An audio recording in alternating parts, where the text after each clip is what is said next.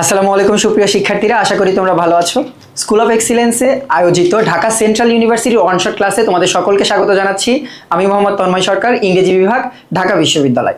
আজকে মূলত এই ক্লাসটা কাদের জন্য? যারা ঢাকা সেন্ট্রাল ইউনিভার্সিটিতে পরীক্ষা দিবে অবশ্যই তাদের জন্য। এবং এই ক্লাস থেকে মূলত আমরা দুটো জিনিস শিখবো। এক নাম্বার হচ্ছে আমরা যে দুটো মডেল টেস্ট তোমাদের পরীক্ষা দেওয়ার সুযোগ করে দিয়েছিলাম, সেখান থেকে মডেল টেস্ট দুইটারই আমরা সমাধান দেখব। অর্থাৎ অনেকেই হয়তো অনেক প্রশ্ন বুঝতে পারোনি, তো সেই প্রশ্নগুলো কেন উত্তর কোনটা হয়েছে সেটা আমরা আজকের ক্লাস থেকে জানবো। তাহলে মডেল টেস্ট সলিউশন, আজকের ক্লাসে হচ্ছে মডেল টেস্টগুলোর আমরা সলিউশন দেখব। আর দুই নাম্বার হচ্ছে সাজেশন। এখান থেকে আমরা হচ্ছে কিছু সাজেশন দেখব যে কোন কোন টপিক থেকে তোমার প্রশ্ন আসতে যাচ্ছে। হাতে খুব একটা সময় নেই, এই সাজেশনগুলো যদি তুমি পাও কোন কোন টপিক থেকে প্রশ্ন আসতে যাচ্ছে, তোমার কাজ হচ্ছে শুধুমাত্র ওই টপিকের বিগত বছরের অর্থাৎ প্রিভিয়াস ইয়ারে বিভিন্ন ভার্সিটিতে আসা প্রশ্নগুলো পড়া। কারণ এই মুহূর্তে বিস্তারিত পড়ার মতো তোমার হাতে সময় নেই, তাই তোমাকে টপিক খুবই ওয়াইজলি চুজ করতে হবে এবং খুবই অল্প পরিমাণ বিগত বছরের প্রশ্ন সমাধান করতে পারবা। তাহলে চলো আমরা শুরু করি ওয়ান শট ক্লাসটি। আমরা শুরু করব মূলত মডেল টেস্ট সলিউশন দিয়ে। দেখো, তাহলে আমরা প্রথমে দেখব সেট 1, অর্থাৎ প্রথম যে মডেল টেস্ট পরীক্ষাটা তোমরা দিয়েছো সেটা দিয়ে আমরা শুরু করছি। প্রথম 25টি প্রশ্ন দেখো, একদম শুরুতে the people of Rajshahi dashed fond of sweet. তোমরা এই ভার্বটা দেখলেই বুঝতে পারবা তোমার এই টপিকটা হচ্ছে সাবজেক্ট ভার্ব এগ্রিমেন্ট। এটা হচ্ছে সাবজেক্ট ভার্ব এগ্রিমেন্ট, এটা হচ্ছে সাবজেক্ট ভার্ব এগ্রিমেন্টের থেকে আসা প্রশ্ন। এবং সাবজেক্ট ভার্ব এগ্রিমেন্ট থেকে কিন্তু এক দুইটা করে প্রশ্ন ডিসিওতে কিন্তু থাকে। এরপরে দেখো, তাহলে প্রশ্ন আমরা যাই। The people of Rajshahi dash fond of sweet. এখন তোমরা যারা ভুল করেছো, যারা সঠিক করেছো তারা তো জানোই, কিন্তু যারা ভুল করেছো তারা কোন জায়গায় ভুল করেছো আমি বলি। এই যে রাজশাহী অংশটা, দ্য পিপল অফ রাজশাহী, তোমরা আমাদের শুধু তোমার না, আমরা যখন এই টপিকটা জানতাম না, আমাদের একটা টেন্ডেন্সি থাকতো যে এই যে গ্যাপটা থাকবে, এই গ্যাপটার আগে যে বসবে সেই হচ্ছে সাবজেক্ট। তো এখন দেখো এখানে কি আছে, এখানে আছে রাজশাহী। তো খুবই সিম্পল যে এখানে রাজশাহীর সাথে ইজ অথবা ওয়াজ হওয়ার কথা, এটাই তো হওয়ার কথা, কারণ রাজশাহী সিঙ্গুলার। এবং আমাদের সবারই প্রবণতা যে ড্যাশের আগে বা গ্যাপের আগে যেটা থাকে ওইটা দিয়ে আমরা ভার্ব বসাতে চাই। বাট অবশ্যই সব জায়গায় ব্যতিক্রম নিয়ম কিন্তু থাকে। যেমন ধরো এইখানে মূল সাবজেক্টটা হচ্ছে দ্য পিপল অফ রাজশাহী, তাহলে রাজশাহীর জনগণ। তাহলে কিন্তু রাজশাহীর কথা কিন্তু বলছে না, বলছে রাজশাহীর জনগণের কথা। এটা আরো ক্লিয়ারলি বোঝা যাবে কিভাবে, তুমি যদি এই অংশটুক ঢেকে দাও। এবার তুমি বাক্যটা পড়ো, the people dash fond of sweet, the people are fond of sweet. বাক্য মিলেছে, বাক্য কিন্তু হচ্ছে যা জনগণরা কিসের খুবই ভালোবাসে, সেটা হচ্ছে মিষ্টি ভালোবাসে। কোন জায়গার জনগণ, কোথাকার জনগণ সেটা পরের বিষয়। মূল বাক্যটা হচ্ছে the people are fond of sweet. এরপরে হচ্ছে কথা যে কোন জায়গার, পিপল অফ রাজশাহী। কিন্তু আমরা এই রাজশাহীর কারণে কনফিউজ হয়ে অনেকে ইজ অথবা অজ বসিয়েছি পরীক্ষায়। বাট মূল সমাধান এটার হচ্ছে আমাদের আর হবে, কারণ এই পিপলটা হচ্ছে প্লুরাল। অর্থাৎ অফ থেকে যে এই অংশটা তোমাকে প্রথমে ধরতে হবে যে এখানে নেই, তুমি মনে মনে ঢেকে দিবা। তাইলে প্রথম প্রশ্নটা হচ্ছে সাবজেক্ট ভার্ব এগ্রিমেন্ট থেকে একটা গুরুত্বপূর্ণ টপিক। এবং এরকম আরো প্রশ্ন তোমরা পরীক্ষার হলে পেতে পারো যে অফ এর পরে যে অংশটা থাকে ওই অংশটা বাদ দিয়ে তুমি যদি প্রথম অংশটা দিয়ে পুরো বাক্যটা সমাধান করার চেষ্টা করো, তাইলে তুমি সাবজেক্ট খুঁজে পাবে। এবং সাবজেক্ট খুঁজে পেলেই তোমার আর ভার্ব বসাতে সমস্যা হবে না। যেমন এখানে পিপল প্লুরাল, তার কারণে আর বসলো, ইজ হলো না, অজ হলো না, কারণ দুটা সিঙ্গুলারের সাথে বসে, এবং হ্যাজও বসে না। ওকে, এরপরে দেখো, তাহলে সাবজেক্ট ভার্ব এগ্রিমেন্টটা তোমাকে পড়তে হবে। এরপরে 2 number, the word survival is a dash. এটা হচ্ছে পার্ট অফ স্পিচ থেকে এসেছে, পার্ট অফ স্পিচ থেকে বেশ কয়েক রকমের প্রশ্ন হয়। একটা হচ্ছে আইডেন্টিফিকেশন এরকম ওয়ার্ড আকারে দিতে পারে, এখানে ওয়ার্ড আকারে এসেছে। আরো কেমন আসবে, তোমাকে একটা বাক্য দিয়ে দিল যে survival is important for our life, এরকম যদি দিয়ে দেয় তাহলে তোমাকে ওই বাক্য থেকে আইডেন্টিফাই করতে হবে। এবং আর একটা হচ্ছে ডিফারেন্সিয়েট করতে পারা। যেমন ধরো তোমাকে একাধিক ওয়ার্ড দিয়ে দিতে পারে, সেখানে দুইটার চেহারা সেম, তুমি সেটাকে নাউন হিসেবে দেখেছো, বাট বাক্যে ইউজ করার পরে ওইটা অ্যাডভার্ব, অ্যাডজেক্টিভ বা অন্য যে কোনো পার্টস অফ স্পিচ কিন্তু হতে পারে। অর্থাৎ মূল জিনিসটা পার্টস অফ স্পিচের যে জায়গা থেকে সেটা হচ্ছে আইডেন্টিফিকেশন, অর্থাৎ চেহারা চিনতে পারা। যেমন ধরো এই জায়গায় দেখো, আমাদের সবারই একটা টেন্ডেন্সি আছে যে এল যখন থাকে আমরা সেটাকে কি বলি, সেটা হচ্ছে আমরা বলি অ্যাডভার্ব। বাট এল যুক্তও কিন্তু অনেকগুলো নাউন আছে, যেমন ধরো এখানে সার্ভাইভাল, তারপরে এরকম ধরো আরো আছে হচ্ছে অ্যাপ্রুভাল, অ্যাপ্রুভাল এই দুইটাই, তারপরে ধরো প্রপোজাল, প্রপোজাল, প্রপোজাল এই শব্দগুলোর শেষে দেখো এ এল আছে, বাট স্টিল এরা কিন্তু নাউন। সার্ভাইভাল মানে হচ্ছে আত্মরক্ষা বা বেঁচে থাকার একটা কি বলে প্রক্রিয়া বলা চলে, সেটা বোঝাচ্ছে। তারপরে ধরো অ্যাপ্রুভাল, কোনো কিছুকে অ্যাপ্রুভ করা, এটা নাউন। অ্যাপ্রুভ হচ্ছে ভার্ব, এটা নাউন হচ্ছে অ্যাপ্রুভাল। প্রপোজ হচ্ছে ভার্ব, প্রপোজের এটা হচ্ছে নাউন, অ্যাপ্রুভাল। তাহলে এ এল থাকলে সবসময় যে তোমার অ্যাডজেক্টিভ হবে বিষয়টা কিন্তু এরকম না, এটা নাউনও হতে পারে, এর জন্য তোমাকে এর চেহারাটা চিনতে হবে। তাহলে অ্যান্সার হচ্ছে আমাদের এটা কোন পার্টস অফ স্পিচ, এটা হচ্ছে নাউন। তোমরা এই অংশ থেকে সবচেয়ে বেশি যেটা গুরুত্বপূর্ণ সেটা হচ্ছে নাউন এবং অ্যাডজেক্টিভ।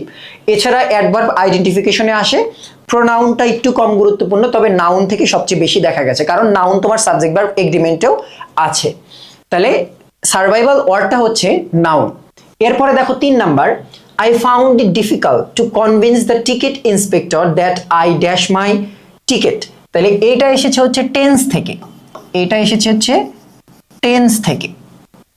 টেন্স এমনিতেই পড়তে হবে, কারণ আমরা তোমরা যারা হচ্ছে আমাদের প্রথম যে আমরা একটা ক্লাস নিয়েছিলাম সেটা হচ্ছে ডিসিইউ এর কোশ্চেন অ্যানালাইসিস কোন টপিক থেকে আসে, ওই জায়গায় আমরা বলেছিলাম যে টেন্সটা পড়তে হয় এই কারণে, কারণ তোমার সাবজেক্ট ভার্ব এগ্রিমেন্টে টেন্স লাগে, ভয়েসে টেন্স লাগে, ন্যারেশনে টেন্স লাগে, অর্থাৎ যেটাই করতে যাও না কেন টেন্সটা সর্বপ্রথম লাগে। তো টেন্স থেকে প্রশ্ন আসা খুবই স্বাভাবিক।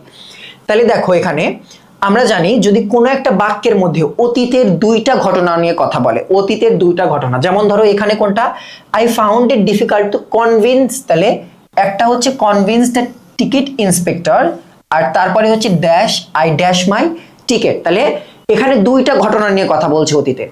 একটা হচ্ছে উনি ঝামেলায় পড়েছেন যে টিকিট ইন্সপেক্টরকে বোঝাতে পারছেন না যে আমি টিকিটটা হারিয়ে ফেলেছি, তাহলে টিকিট হারিয়ে ফেলা এটা হচ্ছে 2 নাম্বার ইনসিডেন্ট, আর এটা হচ্ছে 1 নাম্বার ইনসিডেন্ট। অর্থাৎ দুইটা ইনসিডেন্ট নিয়ে ঘটনা নিয়ে যদি কথা বলে তোমাকে দেখতে হবে কোন ঘটনাটা আগে ঘটেছে, যে ঘটনাটা আগে ঘটেছে সেইটা হবে পাস্ট পারফেক্ট। তাহলে যেটা আগে ঘটেছে, যেটা আগে ঘটেছে সেটা কি হবে, সেটা হবে হচ্ছে পাস্ট পারফেক্ট, পাস্ট পারফেক্ট। আর যেটা পরে হচ্ছে অর্থাৎ ওই ঘটনার পরে পরে ঘটছে সেটা হবে কি, সেটা হবে হচ্ছে পাস্ট ইনডিফিনিট, পাস্ট ইনডিফিনিট। তাহলে এই দুইটা জিনিস মাথায় রাখো, যে জিনিসটা আগে হবে, যেমন ধরো এইখানে এইখানে এই ব্যক্তিটা প্রথমে টিকিটটা হারিয়েছে, তারপরে টিকিট ইন্সপেক্টরকে বোঝাচ্ছে যে আমি টিকিটটা হারিয়ে ফেলেছি, তাহলে যে ঘটনাটা আগে ঘটেছে সেইটা হবে হচ্ছে পাস্ট পারফেক্ট। তাহলে যেমন ধরো এখানে পাস্ট পারফেক্ট আছে এই যে এইটা হ্যাড, এখানে আছে হচ্ছে আমাদের এইটা হ্যাড লস্ট, এইখানে হচ্ছে আছে এইটা হ্যাড লস্ট। তাহলে দেখো আই ফাউন্ড, এইটা হ্যাড লস্ট না বসিয়ে হ্যাভ লস্ট কেন বসালাম না, তার কারণ হচ্ছে এখানে ফাউন্ড আছে, অর্থাৎ অলরেডি এই জিনিসটা আমার কোন ফর্মে দেওয়া আছে, পাস্ট ফর্মে, পাস্ট ইনডিফিনিটে দেওয়া আছে। তাহলে একটা অংশ যেহেতু পাস্ট ইনডিফিনিটে দেওয়া আছে, তাহলে যে কাজটা আগে ঘটেছে সেটা অবশ্যই পাস্ট পারফেক্ট হবে, খুবই সিম্পল। তাহলে এই জিনিসটা এসেছে হচ্ছে টেন্স থেকে, I found it difficult to convince the ticket inspector that I had lost my ticket. তাহলে এই জিনিসটা খেয়াল রেখো, কোনটা আগে ঘটেছে কোনটা পরে ঘটেছে এটার উপর ডিপেন্ড করে তোমার টেন্স বসবে আর কি। এরপরে দেখো 4 number, unexpectedly many of the student don't know dash. এই জিনিসটা এসেছে হচ্ছে সেন্টেন্স থেকে, সেন্টেন্স বা বেসিক সেন্টেন্স স্ট্রাকচার যেটাকে আমরা বলি, যেমন কমপ্লেক্স, কম্পাউন্ড, সিম্পল, তারপরে হচ্ছে interrogative, exclamatory, negative, affirmative, assertive, এই যে অংশটা থাকে এই অংশটা থেকে প্রশ্ন এসেছে। এই অংশে মূলত আমরা একদম বেসিক যে দুইটা জিনিস শিখেছি সেটা হচ্ছে কোনটা অ্যাসার্টিভ আর কোনটা ইন্ট্রোগেটিভ। যেমন ধরো অ্যাসার্টিভের ক্ষেত্রে কি হয়, অ্যাসার্টিভের ক্ষেত্রে সাবজেক্ট বসে, অক্সিলারি ভার্ব বসে, তারপরে হচ্ছে অবজেক্ট বসে। আর যদি তুমি ইন্ট্রোগেটিভে যাও এই জায়গায় কি হয়, অক্সিলারিটা আগে থাকে, তারপরে সাবজেক্ট থাকে, তারপরে আর যা খুশি থাকে। অর্থাৎ মূল যে ডিফারেন্সটা আমরা দুইটা জায়গায় দেখি, একটা হচ্ছে অ্যাসার্টিভের, একটা হচ্ছে অ্যাসার্টিভের আর আরেকটা হচ্ছে ইন্ট্রোগেটিভের। ইন্ট্রোগেটিভে মূল যে জিনিসটা থাকে সেটা হচ্ছে অক্সিলারিও থাকতে পারে বা ডাব্লিউএইচ কোশ্চেনও থাকতে পারে, তোমরা পড়েছো। কিন্তু এই প্রশ্ন সমাধান করার জন্য আমাদের জাস্ট দুটো জিনিস লাগবে, সেটা হচ্ছে অক্সিলারি যখন আগে হয় পরে যখন সাবজেক্ট হয়, তার মানে এইটা হয়ে যাবে প্রশ্নবোধক, অর্থাৎ ইন্টারোগেটিভ সেন্টেন্সে হয়ে যায়। আর যদি সাবজেক্ট প্রথমে থাকে তারপরে অক্সিলারি থাকে, তাহলে এইটা হয়ে যায় অ্যাসার্টিভ সেন্টেন্স। এখন দেখো এখানে বাক্য আমাদের কি বলছে, unexpectedly many of the student do not know। তাহলে দেখো আমাদের কিন্তু প্রশ্ন করছে না, আমাদের বলছে যে অনেক শিক্ষার্থী জানে না, অর্থাৎ অনেক শিক্ষার্থী জানে না। এটা কি তোমাকে প্রশ্ন করছে? অবশ্যই না। তাহলে এরপরের অংশ দেখো, when the class will start, কখন ক্লাস শুরু হবে। আমাদের কি প্রশ্ন করেছে? আমাদের প্রথম অংশে কিন্তু প্রশ্ন করেনি, কিন্তু এই জায়গায় প্রশ্নবোধক করে দিয়েছে। অর্থাৎ দেখো এখানে কি করেছে, ক্লাস উইল স্টার্ট, তাহলে সাবজেক্ট ছিল, অক্সিলারি ভার্বও ছিল, তারপরে গিয়ে আবার প্রশ্নবোধক দিয়েছে, কিন্তু এখানে হয় হচ্ছে ফুল স্টপ। অ্যাসার্টিভ সেন্টেন্সে শেষে হয় ফুল স্টপ, এর কারণে এটা ভুল। তাহলে এই সেন্টেন্সটা দেখো শুধুমাত্র একটা চিহ্নের কারণে পুরো সেন্টেন্সটা কিন্তু ভুল। এরপরেরটা দেখো, when will the class start, তাহলে অক্সিলারি, এই যে অক্সিলারিটা দেখো, অক্সিলারি আছে, সাবজেক্ট আছে, তারপরে ভার্ব এবং শেষে নিয়ম অনুযায়ী একটা প্রশ্নবোধক চিহ্ন, এবং তার কারণে এটা ভুল। কারণ আমাদের যেহেতু প্রশ্ন করা হয়নি, সেহেতু আমরা প্রশ্ন নিয়ে আসতে পারবো না। এরপরে দেখো তাহলে দুটা বাদ থাকলো যেগুলোর সাথে প্রশ্নবোধক নেই, অর্থাৎ ফুল স্টপ আছে আর কি। এবার দেখো, when will the class start আর when the class will start, তাহলে when will অক্সিলারি, তারপরে হচ্ছে সাবজেক্ট। অক্সিলারি আর সাবজেক্ট যখন আসে তখন শেষে একটা প্রশ্নবোধক হয়, এবং আমাদের প্রশ্নবোধক চাচ্ছে না, তার কারণে এইটা ভুল। তাহলে বাকি থাকলো আমাদের একটা, সেটা হচ্ছে এইটা, when the class will start। অর্থাৎ মূল বাক্যটা এইখানে খেয়াল করো, ফুল স্টপ আছে। তো এই সিম্পল জিনিস দেখলেই তুমি বুঝতে পারবা এই দুইটা আমার প্রথমেই বাদ। 3 নাম্বারটা বাদ কেন? কারণ আমাদের অ্যাসার্টিভ চাচ্ছে না, সরি ইন্টারোগেটিভ চাচ্ছে না, আমাদের দরকার অ্যাসার্টিভ। এখানে দেওয়া আছে অক্সিলারি ভার্ব প্লাস সাবজেক্ট, যেটা ইন্টারোগেটিভের স্ট্রাকচার, তার কারণে এটা ভুল। এবং অ্যান্সার হচ্ছে আমাদের 4 নাম্বারটা, যেটা অ্যাসার্টিভের স্ট্রাকচার আছে। তাহলে মূল বাক্যটা এরকম, unexpectedly many of the students do not know when the class will start, অর্থাৎ অনেক শিক্ষার্থী জানে না কখন ক্লাস শুরু হবে। অর্থাৎ প্রশ্ন কিন্তু করা হচ্ছে না, বলা হচ্ছে যে কেউ জানে না আর কি যে কখন ক্লাস শুরু হবে। অনেকটা অর্থ বুঝে প্লাস সেন্টেন্সের স্ট্রাকচার বুঝে, দুইটা দিয়ে তোমাকে এটা করতে হবে। এরপরে দেখো, the programme was telecast live, what part of speech is live. তাহলে এই যে লাইভ শব্দটা, এটাই বাক্যে কোন পার্ট অফ স্পিচ? আবার আইডেন্টিফিকেশন থেকে, তাহলে আবারও এসেছে হচ্ছে পার্ট অফ স্পিচ থেকে, পার্ট অফ স্পিচ থেকে আসা প্রশ্ন। দেখো তাহলে লাইভ শব্দটা আমরা দুইটা অর্থে, একটা হচ্ছে লাইভ আর একটা হচ্ছে লিভ। লাইভ মানে হচ্ছে একদম বাস্তব, সরাসরি দেখানো, আর লিভ মানে বেঁচে থাকা। তো এখানে দেখো কি বলছে, the programme was telecast, live হবে না, এটা হবে লাইভ। কারণ আমরা বুঝতেই পারছি এখানে হচ্ছে কোন একটা প্রোগ্রাম সরাসরি টেলিকাস্ট করার কথা বলা হচ্ছে। তাহলে এখানে দেখো মূল যে ভার্বটা, মূল ভার্ব হচ্ছে টেলিকাস্ট। এখন আমরা জানি ভার্বকে যে মডিফাই করে সে কি হয়? সে হয় হচ্ছে অ্যাডভার্ব। তাহলে মূল বাক্যটা এই পর্যন্ত, দ্য প্রোগ্রাম ওয়াজ টেলিকাস্ট, ওটাকে টেলিকাস্ট করা হচ্ছিল কেমন? লাইভ। তাহলে লাইভটা মূলত মডিফাই করছে টেলিকাস্টকে, অর্থাৎ টেলিকাস্ট করা হচ্ছে কিভাবে? একদম লাইভ, অর্থাৎ সরাসরি সম্প্রচার। তাহলে সম্প্রচারটা কেমন, সম্প্রচারটা কেমন? সরাসরি লাইভ। তাহলে এই লাইভটা টেলিকাস্টকে মডিফাই করছে, অর্থাৎ টেলিকাস্ট এখানে হচ্ছে ভার্ব, এটা হচ্ছে ভার্ব, আর ভার্বকে মডিফাই করার কারণে এই হয়ে গেল কি? এ হয়ে যাচ্ছে হচ্ছে অ্যাডভার্ব। ওকে, এরপরে যাব আমরা 6 নাম্বার। দেখো প্যাসিভ ফর্ম। তাহলে এবার আসছে আমাদের হচ্ছে ভয়েস থেকে। ভয়েস না পড়ে ডিসিউ এর পরীক্ষা দিতে যাওয়া সবচেয়ে বোকামি।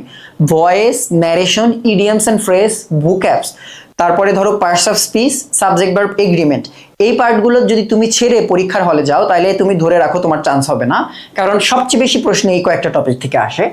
তাহলে দেখো প্যাসিভ ফর্ম আমাদের করতে বলা হচ্ছে, my teacher embodies all the good qualities.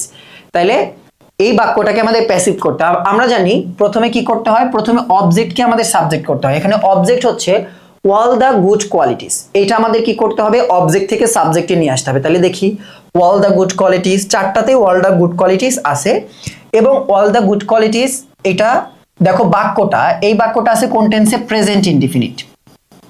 এটা আছে হচ্ছে প্রেজেন্ট ইনডিফিনিটে আছে, এটা হচ্ছে প্রেজেন্ট ইনডিফিনিট টেন্সে। তাহলে প্রেজেন্ট ইনডিফিনিট টেন্সে কোন তিনটা ভার্ব বসে? একটা বসে ইজ, একটা বসে আর একটা বসে হচ্ছে এম। এখন দেখো অল দ্য গুড কোয়ালিটিস, অর্থাৎ অনেকগুলো কোয়ালিটির কথা বলা হচ্ছে।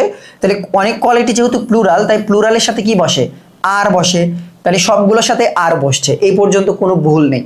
তারপরে দেখো V3 হয়, আমরা টেন্সের নিয়ম ভয়েসের নিয়ম সবাই জানি, সেখানে হচ্ছে নিয়ম অনুযায়ী V3 হয়। সবগুলোতে দেখো ইমবডিড হচ্ছে, অর্থাৎ নিহিত থাকা। এখন দেখো মূল যে জায়গাটা, ইন, বাই, টু, অন, এইটা হচ্ছে কোন জায়গা থেকে আসছে বলো তো? কিছু কিছু ভার্বের সাথে বাই বসে না, টু বসে, ইন বসে, উইথ বসে, অন বসে, এই পার্টটা থেকে এসেছে মূলত প্রশ্ন। যেমন ধরো আমরা খুব কমনলি জানি যেটা বেশি আসে, নোন। এই নোনের সাথে বাই না হয়ে নোনের সাথে কি হয়? নোনের সাথে টু হয়।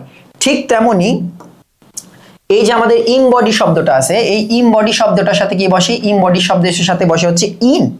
তাহলে এই ইমবডি শব্দটার সাথে বসে হচ্ছে সবসময় ইন। তাহলে অল দ্য গুড কোয়ালিটিস আর ইমবডিড ইন মাই টিচার, অর্থাৎ সকল গুণই আমার টিচারের মধ্যে কি আছে? নিহিত আছে। তাহলে ইমবডি শব্দটার সাথে কি বসবে? ইমবডি শব্দটার সাথে বসবে হচ্ছে নিহিত। ইমবডি শব্দটার সাথে বসবে হচ্ছে ইন, অর্থাৎ এটা অর্থ নিহিত থাকা, এবং এটার সাথে বসবে হচ্ছে ইন। এটা খেয়াল রেখো একটু। তাহলে মূল যে জিনিসটা সেটা হচ্ছে ইমবডির সাথে ইন বসে।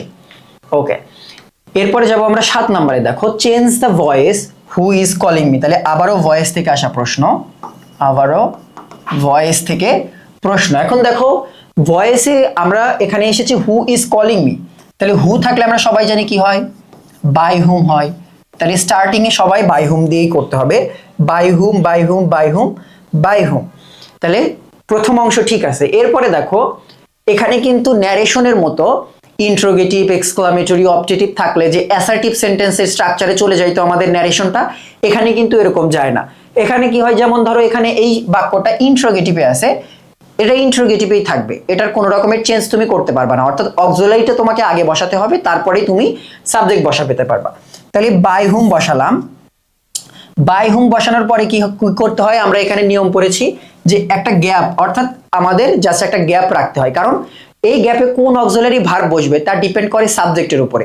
যেমন ধরো বাই হুম, বাই হুমের পরে দেখো আমাদের অবজেক্টকে কি করতে হবে? সাবজেক্ট করতে হবে। এখন মি কিন্তু সাবজেক্টে বসে না, মির কোন ফর্মটা বসবে? সাবজেক্টিভ ফর্মটা বসবে। মির সাবজেক্টিভ ফর্ম হচ্ছে আই। তাহলে প্রথমে আমরা বসালাম বাই হুম, বাই হুম, এরপরে আমাদের সাবজেক্ট কোনটা? আই। এইবার তোমাকে অক্সিলারি বসাতে হবে, যে অক্সিলারি কোনটা বসাবা। আই এর সাথে কি ইজ বসে? ইজ বসে না। আই এর সাথে কি বসে? প্রেজেন্টে এম, ইজ, আর এর মধ্যে থেকে বসে এম। তাহলে বাই হুম এম আই, এবং টেন্সটা কোনটাতে ছিল? কন্টিনিউয়াস টেন্সে। কন্টিনিউয়াস টেন্সে কি বসে? Is being, are being, am being. তাহলে এইটা যেহেতু ইন্ট্রোগেটিভের স্ট্রাকচার, এম বিংই বসবে, বাট বিংটা বসবে কোথায়? বিংটা হচ্ছে আই এর পরে বসবে। তাহলে বাই হুম এম আই, তারপরে বসবে হচ্ছে বিং, এম আই বিং, তারপরে কি হবে? V3, V3 হবে। V3 হচ্ছে কলের V3 কি? কল্ড হবে। তাহলে এখানে দেখো by whom am I being called. তাহলে এইটা হচ্ছে আমাদের অ্যান্সার। আমাদের অ্যান্সার হচ্ছে ডি নাম্বারটা। বাকি অংশে দেখো ভুল কি ছিল? এখানে অজ হয়ে গেছে, কারণ এখানে প্রেজেন্টে আছে, আমরা তো অজ বসাতে পারবো না। এখানে দেখো আই এম হয়েছিল, এর কারণে ভুল। এখানে দেখো এম আই কল্ড, অর্থাৎ এখানেও বিং নেই, বিং না থাকার কারণে এখানে ভুল, কিন্তু এখানে কন্টিনিউয়াস আছে, তোমাকে বিং বসাতেই হবে। ওকে, এরপরে দেখো 8 number, NIX said let me have an artificial flower. তাহলে এইটা এসেছে হচ্ছে আমাদের ন্যারেশন থেকে, এইটা হচ্ছে আমাদের ন্যারেশন থেকে আসা প্রশ্ন। ন্যারেশন, তাহলে নিক্স বলল আমাকে একটা আর্টিফিশিয়াল ফুল নিতে দাও। তাহলে এই বাক্যটা আমাদের কি করতে হবে? ইনডিরেক্ট করতে হবে। তাহলে প্রথম অংশ হচ্ছে NIX said that but told that, দুটাই দেওয়া যাবে, কোনো সমস্যা নেই। এরপরে আমরা নিয়ম জানি, লেট মিটা হচ্ছে ইম্পারেটিভ সেন্টেন্সের, এটা তো তোমরা বুঝতে পারো, কারণ যেহেতু তোমাদের কয়েকদিন পর পরীক্ষা। এখন যদি এই জিনিসটা অন্তত ধরতে না পারো, এটা খুবই দুঃখজনক হবে। যে লেট দিয়ে যেহেতু শুরু হচ্ছে, তার মানে এটা কোন স্ট্রাকচারে যাবে? এটা যাবে হচ্ছে ইম্পারেটিভে। তাহলে নিক্স সেইড দ্যাট, এরপরে আমাদের কি করতে হয়? প্রথমে আমাদের সাবজেক্ট বসাতে হয়। এখন দেখো এখানে সাবজেক্ট আমাদের এখানে লেটের মি আছে দেখো, কিন্তু মি তো আমরা বসাতে পারবো না। আমরা জানি ফার্স্ট পারসন কাকে ফলো করে? সাবজেক্টকে ফলো করবে।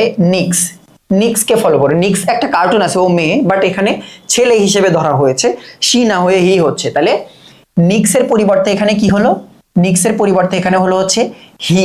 তাহলে নিক সেড দ্যাট হি, এইবার লেটের পরিবর্তে হবে হচ্ছে মাইট, তাহলে লেটের পরিবর্তে কি হবে, লেটের পরিবর্তে হবে হচ্ছে মাইট।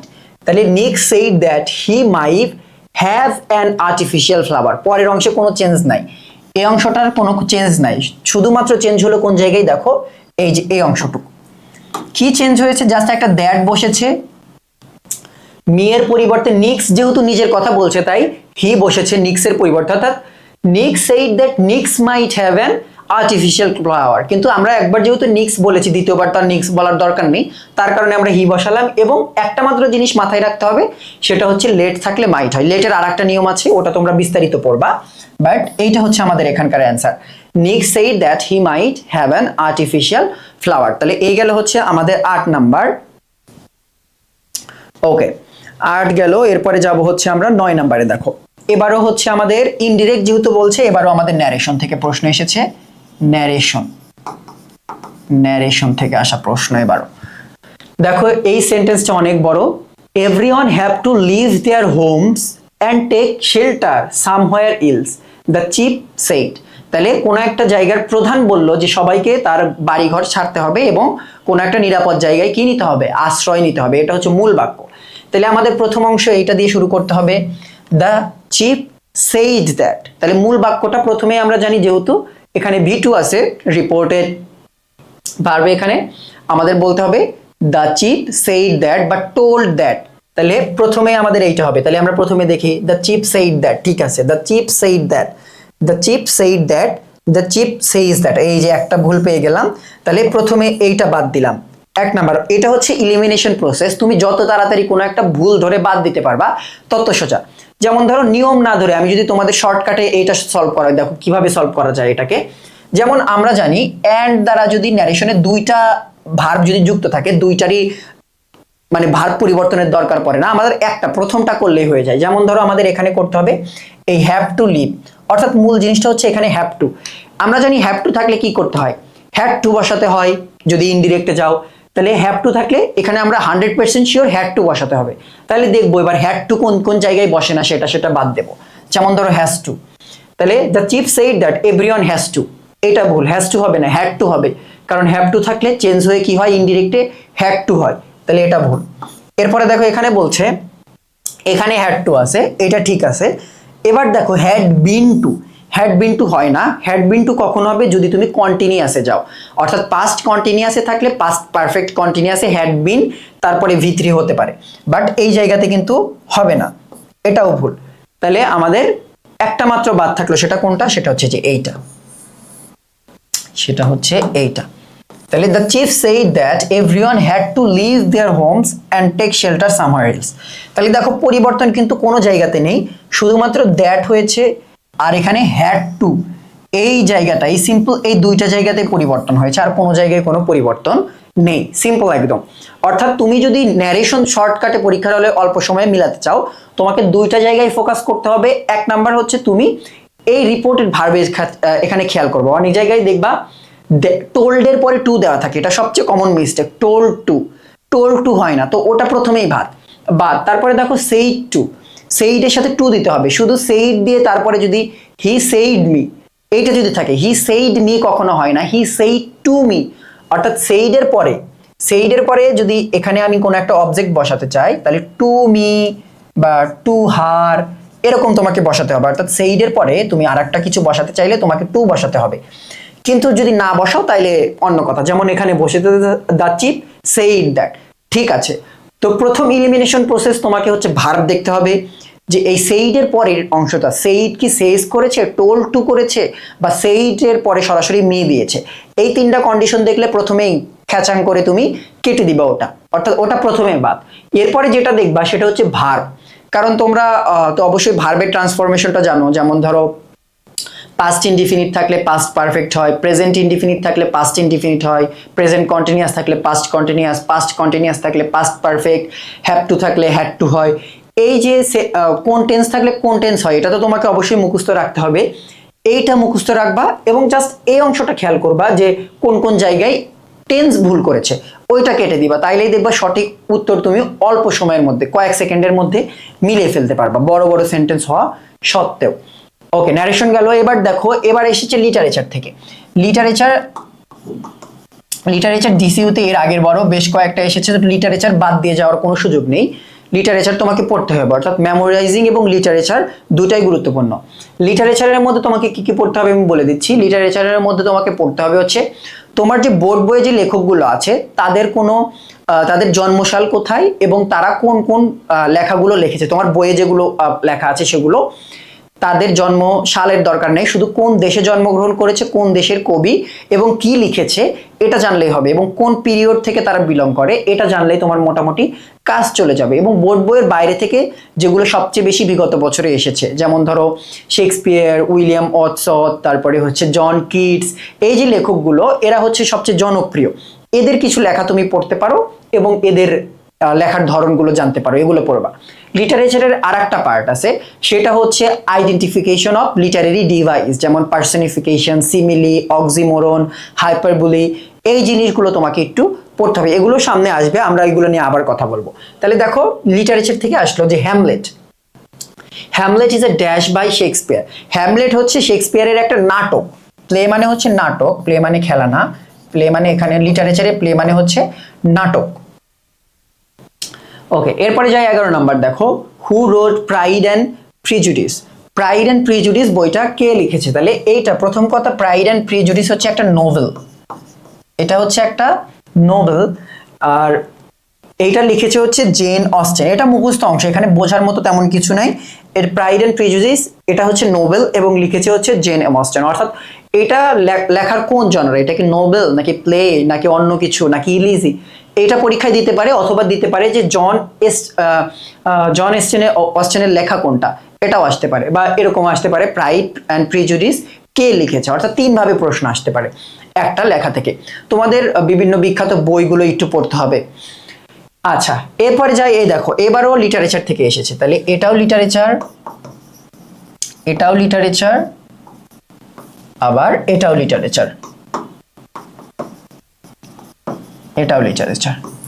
এবার দেখো, এই জায়গা থেকে এসেছে হচ্ছে এখানে তোমার হচ্ছে মানে যে লিটারি ডিভাইস গুলো থাকে সেগুলো আইডেন্টিফিকেশন থেকে এসেছে। দেখো, the fire crackled and hissed as it consumed the ancient manuscripts like a hungry beast, which literary device is primarily at the work in the phrase like a hungry beast. এখানে বাক্যটার meaning অনেকের জন্য, যাদের reading skill দুর্বল তাদের জন্য কিন্তু বাক্যটার meaning বোঝা অনেকটা কঠিন, কিন্তু তোমাদের জন্য ইজি করে দিয়েছে। লাইক আ হাংরি বিস্ট, আমরা জানি লাইক অথবা অ্যাস, লাইক অথবা অ্যাস থাকলে সেটা কি হয়? সিমিলি হবে। চোখ বন্ধ করে, কোনো রকমের দেখা দেখি নাই, লাইক অথবা অ্যাস থাকলে সেটা লিটারি ডিভাইস কি হবে? সিমিলি হবে। লিটারেচার পার্ট থেকে এগুলোকে বলে হচ্ছে identification of literary device, simile হবে। এখানে আর একটা জিনিস আছে, যেমন ধরো দ্য ফায়ার ক্র্যাকেলড এন্ড হিস। এখন হিস হিস শব্দটা করতে পারে প্রাণী, যেমন মানুষ করতে পারে, ফিস ফিস করতে পারে, হিস হিস করতে পারে, সাপ হিস হিস করতে পারে, কিন্তু আগুন হচ্ছে একটা বস্তু, বস্তু কি কখনো হিস হিস করতে পারে? অবশ্যই পারে না। তাহলে এই যে আগুন যে হিস হিস করতেছে এটা একটা কোয়ালিটি, অর্থাৎ হিউম্যান কোয়ালিটি বা কোন একটা প্রাণীর কোয়ালিটি তুমি যখন একটা বস্তুর মধ্যে দাও তখন সেটা হয়ে যায় পার্সনিফিকেশন, সেটা হয়ে যায় পার্সনিফিকেশন। বা তুমি বলতে পারো কনজিউমড, এই শব্দটাও এখানে পার্সনিফিকেশন করে ফেলেছে আগুনকে, কারণ আগুন খাওয়ার ক্ষমতা, কনজিউম করা মানে ভোগ করা, ভোগ করার ক্ষমতা একমাত্র আছে মানুষ বা প্রাণীর। তো এই ক্ষমতা এখন বলছে আগুন কনজিউম করেছে, আগুন খেয়ে ফেলেছে, তাহলে আগুন কি খেতে পারে? আগুনের কি পেট আছে? অবশ্যই নেই। তো আগুন কিভাবে খেলো? এটাকে বলা হয় হচ্ছে পার্সনিফিকেশন, এখানে নেই পার্সনিফিকেশন। তাহলে the fire crackles and hissed as it consumed the ancient manuscript, এই অংশের কথা যদি তোমাকে বলতো যে এই অংশটা কি বলে, তাহলে hissed as it consumed, তাহলে এইটা হতো পার্সনিফিকেশন। বাট তোমাদের জন্য ইজি করে দিয়েছে, বলছে লাইক আ হাংরি বিস্ট, একটা ক্ষুধার্ত জন্তুর মতো আগুন সবকিছু খেয়ে নিয়েছে এইটা। তাহলে লাইক যেহেতু আছে সেহেতু সিমিলি, আর কোনো রকমের কোনো বিতর্ক নেই। লাইক অথবা অ্যাজ দিয়ে থাকলে সেটা হচ্ছে সিমিলি।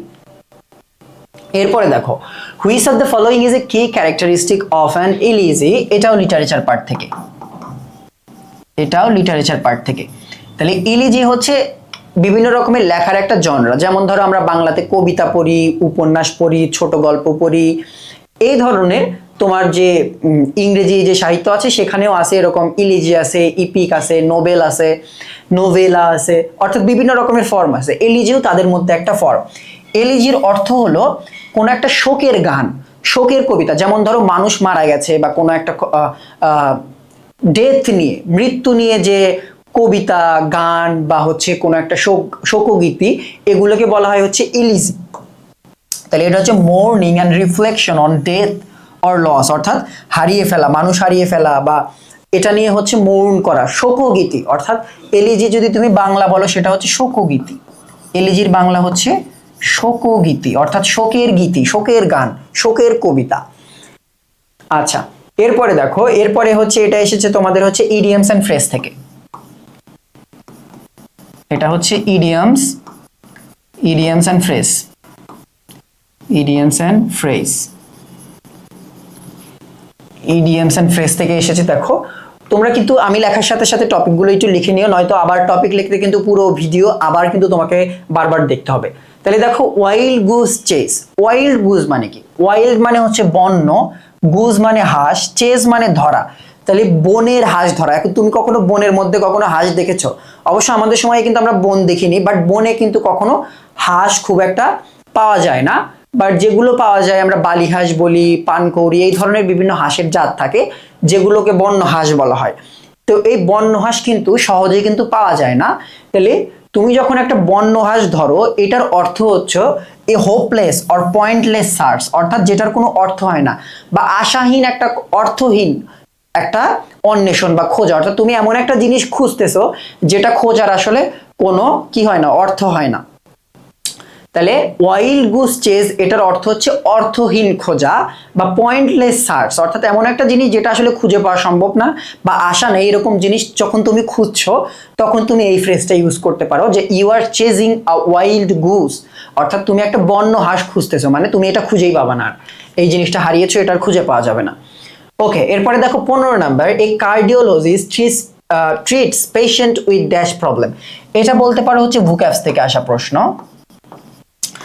এখন দেখো, তোমাকে জানতে হবে কার্ডিওলজিস্ট এই শব্দটার অর্থ। কার্ডিওলজিস্ট শব্দের অর্থ হচ্ছে যে ব্যক্তি, যে ডাক্তার হচ্ছে হার্টের চিকিৎসা করে। এই যে কার্ডিও শব্দটা, এই কার্ডিও শব্দটা হচ্ছে এই যে হার্টের অ্যাডজেক্টিভ, হার্টের হচ্ছে অ্যাডজেক্টিভ হচ্ছে কার্ডিও। যেমন ধরো আর্থ, সরি, যেমন ধরো হেভেন, হেভেন মানে হচ্ছে স্বর্গ, এই স্বর্গের হচ্ছে অ্যাডজেক্টিভ কি? সেলেস্টিয়াল। এরকম যেমন ধরো, আবার ধরো পা বা আমাদের যে লেগ আছে, এইটার অ্যাডজেক্টিভ কি? পেডেল, প্যাডেল হয়। যেমন ধরো প্যাডেল চালিত গাড়ি, প্যাডেল চালিত রিক্সা, ওটা কোন জায়গা থেকে আসছে? আমাদের লেগ থেকে আসছে, লেগের হচ্ছে অ্যাডজেক্টিভ হচ্ছে প্যাডেল। তেমনি হার্টের হচ্ছে অ্যাডজেক্টিভ হচ্ছে কার্ডিও। তো যে জানে যে হার্টের অ্যাডজেক্টিভ কার্ডিও, তাহলে কার্ডিওলজিস্ট এমন একটা ব্যক্তি যে হার্ট নিয়ে কাজ করবে অবশ্যই। তাহলে কার্ডিওলজিস্ট হচ্ছে হার্টের চিকিৎসা করে। ওকে, তারপরে দেখো 16 number, dash Superman he would be happy. এটা এসেছে কন্ডিশনাল। কন্ডিশনালের মাত্র 4টা নিয়ম, zero conditional, first, second, third. এই 3টা যদি পড়ে যাও ইনশাল্লাহ একটা কমন পাবা, কারণ কন্ডিশনাল থেকে সব জায়গায় প্রশ্ন আসে। তাহলে কন্ডিশনাল, কন্ডিশনাল। এখন কন্ডিশনাল সলভ করার জন্য 2টা ওয়েতে এটা করা যায়। একটা হচ্ছে প্রথম অংশে গ্যাপ দেওয়া থাকে, পরের অংশ দেখে প্রথম অংশ সলভ করতে হয়। আর একটা হচ্ছে পরের অংশই দেওয়া থাকে, প্রথম অংশ সলভ করতে হয়। এখানে দেখো পরের অংশ দেওয়া আছে, উড প্লাস V1। আমরা জানি উড প্লাস ভার্বের V1 যদি থাকে, এটা কোন স্ট্রাকচার? এটা হচ্ছে সেকেন্ড কন্ডিশনালে। অর্থাৎ প্রথম অংশে ইফ প্লাস পাস্ট ইনডিফিনিট, পরের অংশে তারপরে কি হবে? Subject plus would plus V1 plus তারপরে অবজেক্ট, এরকম স্ট্রাকচার যাবে। তাহলে এখানে যেহেতু উড প্লাস V1 আছে, তার মানে এই অংশটাকে কি হবে? পাস্ট ইনডিফিনিট হবে। এখানে দেখো এটা দিয়েছে উড বি পাস্ট ইনডিফিনিট না। ইফ হি হ্যাড বিন হচ্ছে পাস্ট পারফেক্ট, এটাও না। এখন আছে if he was, if he were. তাইলে দেখো এখানে বলা হচ্ছে if he were Superman he would be happy. এখন জানি অবাস্তব কিছু হওয়া, অর্থাৎ অবাস্তব কিছু হওয়ার ইচ্ছা পোষণ করলে সেটার সাথে কিন্তু ওয়াজ হয় না। আমরা জানি সিম্পলি হি এর সাথে ওয়াজ বসে, বাট এখানে হি ওয়্যার হবে। If he were a Superman he would be happy. তাহলে এখানে তোমাদের ওয়াজ না বসিয়ে কিন্তু তোমাকে এখানে ওয়ারটা কিন্তু বসাতে হবে, কারণ আমরা জানি যে if I were a king, কারণ আমার তো রাজা হওয়া সম্ভব না, অসম্ভব কিছু বললে সেই জায়গায় ওয়ার হয়, এটা তোমরা সবাই জানো মোটামুটি। তাহলে এটার অ্যান্সার হচ্ছে if he were. Okay, 17 number দেখো, দ্য ওয়ার্ড এলিভেট। তাহলে এবারও আসছে হচ্ছে ভোক্যাবস থেকে, এবারের প্রশ্নটা হচ্ছে আমাদের ভোক্যাবস বা ভোক্যাবুলারি। ওকে, এলিভেট, এই এলিভেট শব্দটার অর্থ তোমাদের জানতে চাওয়া হচ্ছে। আমরা জানি এলিভেট শব্দের অর্থ কি, কোনো কিছু উত্তোলন করা। এটা আরো কমন, অন্তত যারা ঢাকাতে থাকো তাদের কিন্তু এটা সলভ করা খুবই ইজি আর কি আমার মতে, কারণ আমরা সবাই জানি এলিভেটেড এক্সপ্রেসওয়ে, এলিভেট আর হচ্ছে এলিভেটেড মানে এলিভেটেড এক্সপ্রেসওয়ে। এক্সপ্রেসওয়ে মানে হচ্ছে হাইওয়ে, যে হাইওয়েটা এলিভেট করা অর্থাৎ উপরে ওঠানো, উপর দিয়ে যেটা যায় সেটা অর্থ হচ্ছে এলিভেট অর্থাৎ উপরে তোলা। তাহলে আপলিফট অর্থ হচ্ছে উপরে তোলা বা সমুন্নত করা, কোনো কিছু উপরের দিকে তোলা। তাহলে এলিভেট শব্দের অর্থ কি, আপলিফট অর্থাৎ উপরে তোলা। ওকে, এরপরে দেখো 18 number, the man deals dash customer well. তাহলে এইটা এসেছে হচ্ছে appropriate preposition, appropriate preposition appropriate preposition থেকে। ওকে, দেখো অ্যাপ্রোপ্রিয়েট প্রিপোজিশনে তোমাকে এখানে ডিলস শব্দটার সাথে দুইটা অ্যাপ্রোপ্রিয়েট প্রিপোজিশন হয়, একটা হচ্ছে ডিলস উইথ, একটা হচ্ছে ডিল উইথ, আর একটা হচ্ছে ডিল ইন, দুইটা আছে। ডিল উইথ মানে হচ্ছে আচরণ করা, অর্থাৎ তুমি কারোর সাথে আচরণ করো, কোনো একটা ব্যবহার করো, এটা হচ্ছে আচরণ। আর ডিল ইন মানে হচ্ছে ব্যবসা, অর্থাৎ তুমি কোনো কিছুর ব্যবসা করো, তুমি চিনির ব্যবসা করো, ডালের ব্যবসা করো, জামা কাপড়ের ব্যবসা করো, কম্পিউটারের ব্যবসা করো, তাহলে ওই ক্ষেত্রে হবে ডিল ইন কম্পিউটার বা ডিল ইন সামথিং, অর্থাৎ ব্যবসা বোঝালে ডিল ইন, আর যদি সিম্পলি আচরণ করা বোঝায়, যেমন কাস্টমারের সাথে তার ব্যবসা করে না, কাস্টমারের সাথে কি করে, আচরণ করে, আর প্রোডাক্ট নিয়ে হচ্ছে ব্যবসা করে। তাহলে এখানে যেহেতু আচরণ বোঝাচ্ছে বা ব্যবহার বোঝাচ্ছে, তাহলে হবে হচ্ছে with. The man deals with the customer well. Okay, এরপরে দেখো 19 number, which is the past participle form of broadcast. তাহলে এইবার এসেছে ভার্ব থেকে, ভার্ব বলতে পারি স্পেসিফিকলি, আরো বলতে পারি হচ্ছে পার্ট অফ স্পিচ, এটা হচ্ছে পার্ট অফ স্পিচ, তাহলে এই অংশটা স্পেসিফিক্যালি হচ্ছে ভার্ব থেকে, এবং ভার্বের এই অংশটা তোমাকে পড়তেই হবে, মানে মাস্ট। যেমন কোন একটা ভার্বের, যেমন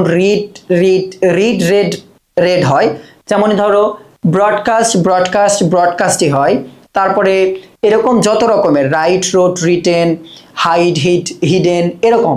অর্থাৎ তোমাকে ভার্বের V1, V2, V3 তিনটা ফর্মই তোমাকে জানতে হবে, কারণ পরীক্ষার হলে এটা তোমার অনেক কয়েকটা জায়গায় লাগবে। যেমন ধরো ন্যারেশনের মধ্যে লাগতে পারে, তোমার ভয়েসের মধ্যে লাগবে, তারপরে এরকম সিম্পল সময়েও তোমার এই যে এইভাবে প্রশ্নটা আসতে পারে যে এটার V2 কি বা V3 কি, এটার জন্য তোমার এই ভার্বের এই অংশটা পড়তে হবে। যেমন এখানে ব্রডকাস্ট আছে, ব্রডকাস্ট, টেলিকাস্ট, এই দুইটা শব্দের কখনোই ব্রডকাস্টেজ হবে না, এই তিনটাই সেম, অর্থাৎ এটার V1, V2, V3 তিনটাই সেম। এরকম আর একটা কি আছে, টেলিকাস্ট আছে, টেলিকাস্ট। এই টেলিকাস্ট, ব্রডকাস্ট দুইটার কাস্ট যেগুলো আছে বেশিরভাগই হচ্ছে V2, V3 তিনটাই মূলত সেম হয়, এখানে ব্রডকাস্টেড দেওয়া যাবে না, এটাও ভুল, ব্রডকাস্টেড হয় না কখনো। আর এখানে হচ্ছে ব্রডকাস্ট আছে, এটাও ভুল, বানান ভুল, ব্রডকাস্টেড হয় না, এটাও ভুল। ওকে, এবার দেখো 20 নাম্বার, এবার এসেছে ভোক্যাবস থেকে, বাট এই ভোক্যাবসটা হচ্ছে তোমাদের বোর্ড বই থেকে, ভোক্যাবস এক দুইটা আসতে দেখা গেছে, এর কারণে আমরা বোর্ড বই থেকেও এক দুইটা ভোক্যাব রাখার চেষ্টা করেছি। দ্য ওয়ার্ড অ্যাপারথিয়েট অর্থ কি? অ্যাপারথিয়েট অর্থ হচ্ছে বৈষম্য, অ্যাপারথিয়েট অর্থ হচ্ছে বৈষম্য, বাট পরীক্ষায় আমরা যেটা দিয়েছিলাম ওই জায়গায় কিন্তু 4টাই সিনোনিম দেওয়া ছিল, ওইখানে মূল অ্যান্সারটা দেওয়া ছিল না। ওখানে দেখো সেপারেশন মানে আলাদা করা, তারপরে সেভারেন্স অর্থ আলাদা করা, ডিস্টেন্স অর্থ দূরত্ব আলাদা করা, ওখানে আরেকটা শব্দ ছিল যেটার অর্থ আলাদা ছিল, অর্থাৎ ওখানে মূল আসল যে উত্তরটা ওইটা ছিল না। তো ওইটা হয়তো তোমরা অনেকেই কনফিউজড হয়েছো, বাট ওইটাতে অ্যান্সার ছিল না, তোমাদের কনফিউজড হওয়া খুবই স্বাভাবিক। এখানে মূল অ্যান্সারটা হচ্ছে ইউনিয়ন, অর্থাৎ অ্যাপারথিয়েট মানে হচ্ছে বৈষম্য, মানে আলাদা করা, ডিফারেন্সিয়েট করা, কোনো কিছুকে আলাদা করে ফেলা, সেপারেট করে ফেলা, আইসোলেট করে ফেলা। তো ইউনিয়ন মানে হচ্ছে কোনো কিছুকে একত্র করা। যেমন এখানে বলেছে ডাজ নট মিন, যদি ডাজ মিন দিত বা মিন বলতো যে হোয়াট ডাজ অ্যাপার্থিয়েট মিনস, তাহলে এই তিনটাই অ্যান্সার। এই তিনটাই হচ্ছে আলাদা করা বোঝাচ্ছে, আর একটাই মাত্র হচ্ছে একত্র করা বোঝাচ্ছে। এরপরে যাবো 21 নম্বরে, চুজ দ্য রাইট স্পেলিং। তাহলে এটা প্রশ্নটা স্পেলিং থেকে এসেছে, বুঝতে পারছো, স্পেলিং থেকে এসেছে। দেখো এখানে প্রথমটা দেখি আমরা, এখানে ভুল আছে সিভিক্যালি। সিভিক্যালি শব্দটা দেখো, সিভিক্যালি, এটা হচ্ছে ডবল এল হয় এখানে, সিভিক্যালি। তারপরে দেখো সিটিজেন বানানে কি ভুল আছে, সরি, এখানে সিটিজেন বানানে যে জায়গাটাতে ভুল সেটা হচ্ছে সিটি, জেটি এন হয়, সিটি জিই এন হয় না, এটা জেড হয়। তারপরে দেখো কন্ট্রোল, কন্ট্রোলে একটা এল হয়, কন্ট্রোলে ডাবল এল হয় না। তাহলে আমাদের অ্যান্সারটা হচ্ছে ইংগেজমেন্ট, এটা হচ্ছে আমাদের মূল অ্যান্সার। এখানে কোনো রকমের ভুল নেই। স্পেলিংটা একটু দেখতে হবে, স্পেলিংটা কম আসে, বাট একটা হয়তো দিবে যতদূর সম্ভব আমাদের মনে হচ্ছে। এরপরে দেখো আবারও ভোক্যাবস থেকে, ভোক্যাবস কিন্তু মিস করে পরীক্ষার হলে বসার যাবে না। ভোক্যাবস অন্তত বিগত বছরের গুলো পড়ে যাবা, কারণ আর সময় নেই সব পড়ার। এখন দেখো অবলিভিয়াস, অবলিভিয়াস মানে হচ্ছে দ্ব্যর্থক, অবলিভিয়ন অর্থাৎ বোঝা যায় না এমন, বুঝতে না পারা, অবলিভিয়ন। এই শব্দটাও বোর্ড বই থেকে, যেমন তোমরা ব্রজেন দাসের প্যাসেজে পড়েছিলা যে একজন মানুষ যখন পানিতে জাম্প করে তখন সে কি হয়ে যায়, অবলিভিয়াস হয়ে যায়, টাইম এবং স্পেস বা অন্যান্য ডিরেকশন সম্পর্কে সে অবলিভিয়াস হয়ে যায়, অর্থাৎ সে বুঝতে পারে না এখন সময় কত বা কোন দিকে যেতে হবে, কোনটা কোন দিক। তাহলে অবলিভিয়াস অর্থ হচ্ছে দ্ব্যর্থক, অর্থাৎ ভুলে যাওয়া, কোনো কিছু বিস্মৃত হয়ে যাওয়া। এটার অর্থ হচ্ছে ফরগেটফুল, অর্থাৎ ভুলে যাওয়া। অবলিভিয়াস অর্থ ফরগেটফুল। এরপরে দেখো 23, এটাও তোমাদের লিটারেচার পার্ট থেকে আসা প্রশ্ন, লিটারেচার পার্ট থেকে আসা প্রশ্ন। ক্লাইম্যাক্স, ক্লাইম্যাক্স মানে হচ্ছে মহা মুহূর্ত বা চরম মুহূর্ত, অর্থাৎ তোমরা যেমন ধরো তোমরা সবচেয়ে কমন কোনটা পড়েছো, সিরাজউদ্দৌলা পড়েছো বা অন্য যে কোনো, তারপরে ধরো আরো বলতে পারি তোমরা অপরিচিতা পড়েছো। বাংলা, ইংলিশ তো খুব একটা পড়া হয় না তোমাদের, বাংলাদেশি মানুষজন আমরা বেশিরভাগ ইংলিশ সাহিত্য খুব একটা পড়ি না, আমরা বাংলাটা সবচেয়ে বেশি পড়ি। তো বাংলায় যেটা আছে, যেমন ধরো আমরা অপরিচিতার কথাই চিন্তা করি, অপরিচিতার ক্লাইম্যাক্স কোনটা, ক্লাইম্যাক্সটা হচ্ছে বিয়েটা যে ভেঙে যাচ্ছে, অর্থাৎ ওর বাবাজি খাইয়ে দিয়ে অনুপমকে কি করলো, বাড়ি থেকে সবাইকে বরযাত্রী সহ বের করে দিল, ওইটা হচ্ছে ক্লাইম্যাক্স। ক্লাইম্যাক্স জিনিসটা হচ্ছে একটা গল্প, নাটক বা উপন্যাসের একদম চরম পয়েন্ট, অর্থাৎ যে পয়েন্টটাতে দেখবে একদম টান টান উত্তেজনা। প্রত্যেকটা মুভিতে দেখবা মারামারি, নায়িকাকে নিয়ে গুন্ডারা চলে যাচ্ছে, নায়ক হচ্ছে সেভ করতে যাচ্ছে, এবং তারপরে মুভি দেখা যায় নায়কদের মারলো, নায়ক হচ্ছে গুন্ডাকে মেরে পুলিশের হাতে তুলে দিল, মুভি শেষ হয়ে গেল। তো ওই যে ক্লাইম্যাক্সের অংশটা, অর্থাৎ যে জায়গাটা একদম ধুমধারাক্কা, একদম দেখবা যে খুবই একটা ইন্টেন্স একটা সিচুয়েশন, ওইটা হচ্ছে ক্লাইম্যাক্স। তাহলে পয়েন্ট অফ গ্রেটেস্ট ইন্টেন্সিটি, অর্থাৎ যে জায়গাটাতে একদম হাইয়েস্ট পয়েন্ট, একদম পিক পয়েন্ট, এটা হচ্ছে ক্লাইম্যাক্স। এটা হচ্ছে ক্লাইম্যাক্স একটা নাটকের। এটা হচ্ছে এক্সপোজিশন, আর এটা হচ্ছে রিসলিউশন। মারামারির পরে দেখবা ধীরে ধীরে টেনশনটা কমে, এরপরে পুলিশ ধরে নিয়ে যায়, সলিউশন হয়ে যায়। আর এটা হচ্ছে এক্সপোজিশন, যেমন ধরো শুরুতে অনুপম নিজের পরিচয় দিচ্ছিল, এটাকে বলে এক্সপোজিশন। এরপরে যায় ক্লাইম্যাক্স, ধীরে ধীরে ক্লাইম্যাক্স যায়, ক্লাইম্যাক্স থেকে নেমে ওই ঘটনাটার সমাধান হয়ে যায়। ওকে, এরপরে দেখো 24, because of my illness I could not join the meeting, আমার অসুস্থতার কারণে আমি মিটিংয়ে জয়েন করতে পারিনি। তাহলে সিম্পল কমপ্লেক্স কম্পাউন্ড করার বিস্তারিত নিয়মটা তোমাকে পড়তে হবে, আমাদের অত দূর যাওয়ার সময় নেই, আমরা জাস্ট দেখবো এটা কিভাবে করতে হয় এই অংশটাতে। তাহলে এটাকে তোমাকে কমপ্লেক্স বানাতে হবে। কমপ্লেক্স বানানোর মূল শর্ত দেখো, because of my illness I could not join. তাহলে কুড নট জয়েন, এখানে ভার্ব আছে একটা, কমপ্লেক্স বাক্যে তোমাকে মিনিমাম দুইটা ফাইনাইট ভার্ব রাখতেই হবে। দুইটা ফাইনাইট ভার্ব না হলে কি হবে না, কমপ্লেক্স বাক্য হবে না। একটা ফাইনাইট ভার্ব থাকলে সেটা হচ্ছে সিম্পল। যেমন ধরো এখানে বলছে because of my illness I could not join the meeting, এটা হচ্ছে সিম্পল বাক্য, এখানে দুইটা ফাইনাইট ভার্ব নেই, ফাইনাইট ভার্ব আছে হচ্ছে একটা। তাহলে আমাদের প্রথম কাজ হচ্ছে এইখানে দেখা যে দুইটা ফাইনাইট ভার্ব আছে কিনা। যেমন ধরো though I was ill I could not join, তাহলে I was ill I could not join দুইটা আছে, I was ill I could not join, তাহলে এখানে সবগুলোতেই আছে। তাহলে এখানে আমাদের দুইটা করে ফাইনাইট ভার্ব দেওয়া আছে, বাট আমাদের হয়তো অন্য ওয়েতে আগাতে হবে। এবার আমাদের দেখতে হবে অর্থ। ফাইনাইট ভার্ব তো দুইটা আছে, তার মানে কমপ্লেক্স হচ্ছে, কমপ্লেক্স কম্পাউন্ডের যে কোনো একটা হবে, বাট এবার আমাদের অর্থ দেখতে হবে। যেমন ধরো প্রথমটা, although I was ill I could not join the meeting, যদিও আমি অসুস্থ ছিলাম আমি মিটিং এ জয়েন করতে পারিনি। তাহলে কিন্তু অর্থটা ভুল হয়েছে। আবার এখানে দেখো দোটা খেয়াল করো, though I was ill I could not join the meeting, same অর্থ।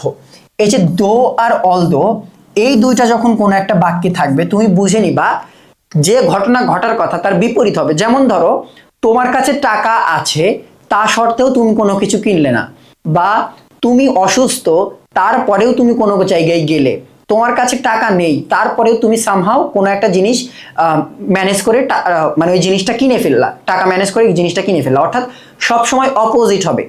যদিও সে খুব ভালো পড়াশোনা করেছে তারপরেও রেজাল্ট খারাপ করেছে, দো হি studied hard he didn't cut a good result, তাহলে বা গুড ফিগার, সে ভালো রেজাল্ট করতে পারেনি। তাহলে এখানে একটা জিনিস তোমার খেয়াল করো, সে অসুস্থ, তাহলে অসুস্থ ব্যক্তি কাজে যাবে না, মিটিংয়ে যাবে না, হাঁটতে যাবে না, এটা স্বাভাবিক না? কিন্তু দো আর অলদো হচ্ছে ওই সব সেন্টেন্সে বসবে যেখানে এর বিপরীত ঘটবে। অর্থাৎ আমি অসুস্থ কিন্তু আমি স্কুলে যাব, আমি অসুস্থ আমি বাজারে যাব, আমার কাছে টাকা নেই তার মানে কি আমি কিনতে পারবো না, কিন্তু দো অলদো ইউজ করা হবে তখন যখন আমার কাছে টাকা নেই তারপরেও আমি কোনো কিছু কিনছি। তাইলে দো অলদো হচ্ছে ঘটনার বিপরীত ঘটবে। এখানে ওই ব্যক্তি অসুস্থ কিন্তু ও হচ্ছে মিটিংয়ে জয়েন করবে, ইনি অসুস্থ মিটিংয়ে জয়েন করবে, তবেই দো আর অলদো বসাতে পারবা। কিন্তু এখানে দো আর অলদো ভুলভাবে ইউজ করার কারণে এখানে মূল বাক্যটা ভুল দুইটা। এরপরে দেখো I was ill I could not join the meeting, complex বাক্যে অবশ্যই একটা কনজাংশন তোমার থাকতেই হবে, এখানে কোনো কনজাংশন নেই তার কারণে ভুল, একটা মাত্র ঠিক সেটা হচ্ছে এটা।